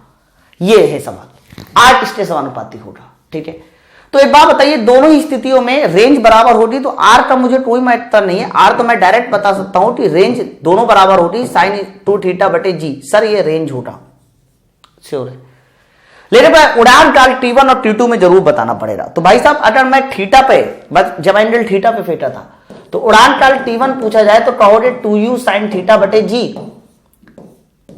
लेकिन अगर उड़ान काल t2 पूछा जाए तो कहा जाएगा 2u और थीटा हो जाएगा 90 माइनस थीटा, जिसकी वजह से यहां पर कॉस थीटा हो जाएगा अब बटे जी। ठीक है, अगर मैं दोनों का आपस में मल्टीप्लाई करता हूं, केवल मल्टीप्लाई करूंगा, मल्टीप्लाई इसलिए करूंगा क्योंकि साइन थीटा कॉस थीटा मुझे मिल जाएगा, और साइन 2 थीटा में कहीं ना कहीं साइन थीटा कॉस थीटा है, तो टेबल और टेबल मल्टीप्लाई आऊंगा, यानी T1 और T2 निकालूंगा। तो जैसे ही मल्टीप्लाई आऊंगा तो यू स्क्वायर यू स्क्वायर, और थोड़ा देखिए नीचे आपको ऊपर क्या आ जाएगा, 2 और 2 भाई यू स्क्वायर, तो 8 2 ले लो, 8 2 उधार ले लो, और 8 2 साइन 2 थीटा बना देगा भाई, 8 2 2 cos theta into sine theta के साथ साइन 2 थीटा बना देगा, और नीचे जी और जी का मल्टीप्लाई जी स्क्वायर हो जाएगा, है ना। तो आप थोड़ा गौर से देखिए, तो T1 T2 ही आएगा, है। अगर मैं इसको और ढंग से लिखूं तो T1 T2 बराबर 2/G2 मैं अलग कर लूं, और यू स्क्वायर साइन 2 थीटा बटे जी को अलग कर लूं, ऐसे लिखा। और ये जो यू स्क्वायर साइन 2 थीटा बटे जी है, ये वैल्यू भाई साहब, ये वैल्यू तो ये आर है ना, तो ये वैल्यू आर बन जाएगी, तो are directly proportional T1 T2 आ जाएगा, क्योंकि T बटे जी भी मेरा कांस्टेंट है, तो are directly proportional to T1 T2 आता है। तो option number C will be right answer. हो सके तो दोनों क्वेश्चन याद करके रहो, यानी ये वाले सवाल के लिए are directly proportional T1 T2, और पिछले वाले क्वेश्चन के लिए आर बराबर 4√H1H2, ठीक है। ये दोनों क्वेश्चन के रिजल्ट आपको याद रखने हैं। नेक्स्ट क्वेश्चन की ओर आइए, क्वेश्चन नंबर 69, बढ़िया सवाल है ये भी। क्या है क्वेश्चन नंबर 69?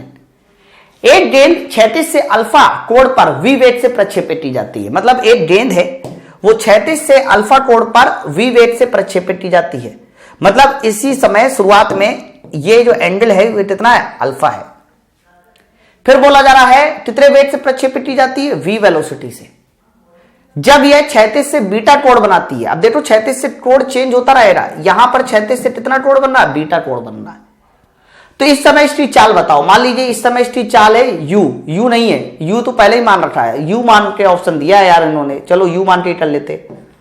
तो यहां पर क्षैतिज से चाल यू डैश मान लो, तो मुझे क्षैतिज से चाल बतानी है जब एंगल कितना है, बीटा है। क्षैतिज से बीटा कोण बनाते समय इसकी चाल यू डैश बताओ। तो बड़ा आसान सा कॉन्सेप्ट है, आपको पता भी होना चाहिए बात कि हमेशा मैंने बताया है कि horizontal component will remain same. तो यहां हॉरिजॉन्टल कंपोनेंट कितना होगा, तो कहोगे यू क्रॉस अल्फा। यहां हॉरिजॉन्टल कंपोनेंट कितना होगा, तो कहोगे यू डैश क्रॉस बीटा। तो तुम्हें इन दोनों हॉरिजॉन्टल कंपोनेंट को बराबर करना है, यू क्रॉस अल्फा को यू डैश क्रॉस बीटा को, आंसर मिल जाएगा आपको। तो horizontal component will remain same, तो u dash cross beta should be equal to u cross alpha. अब निकाल लो, अगर यू डैश पूछा जाए तो यू डैश कितना आएगा, तो कहोगे u cross alpha divide by cross beta, u cross alpha divide by cross beta है कोई answer, u cross alpha divide by cross beta, हाँ option number D, u cross alpha divide by cross beta. Clear है ना। तो हमेशा ध्यान रखना projectile motion में जो हॉरिजॉन्टल कंपोनेंट होता है ना वेलोसिटी का, वो ऑलवेज सेम रिमेन सेम, वो कभी बदलता ही नहीं है। क्वेश्चन नंबर 70 देखिए क्या है, क्वेश्चन नंबर 70 देखिए क्या है। जब किसी बंदूक से, यदि किसी बंदूक से वी वेग से छोड़ी गई गोली क्षैतिज से आर परास तक है, तब बंदूक का क्षैतिज से कोण बता दो। वी वेग से गोली छोड़ी रही है, क्षैतिज परास आर है, क्षैतिज से कोण पूछा जा रहा है, लग जाएगा कोई दिक्कत नहीं है। उसके लिए आपको रेंज आर का फॉर्मूला खोलना पड़ेगा। रेंज आर बराबर होता है यू स्क्वायर साइन 2 थीटा बटे जी, ये होता है। तो इन्होंने वी माना है, कोई बात नहीं, उससे काम मतलब नहीं है मुझे। तो एक बात बताओ, जी आर इधर जाएगा तो ये हो जाएगा जी आर बटे वी स्क्वायर बराबर साइन 2 थीटा। अगर मैं 2 थीटा बराबर पूछूं तो कहोगे 2 थीटा बराबर आ जाएगा भाई साहब साइन इनवर्स जी आर बटे वी स्क्वायर आ जाएगा। लेकिन मुझे थीटा बराबर बताना है, क्षैतिज से कोण बताना है, थीटा बराबर बताना है। तो भाई अगर मैं थीटा बराबर पूछूं कि बताइए थीटा बराबर कितना आएगा, तो कहोगे 1/2 कर देना और साइन इनवर्स कर देना और जी आर बटे वी स्क्वायर कर देना, जी आर बटे वी स्क्वायर। तो है कोई ऐसा answer, sine inverse g r बटे वी स्क्वायर 1/2 बिल्कुल है, option number D will be right answer. तो क्वेश्चन नंबर 70 का ऑप्शन नंबर डी हो जाएगा।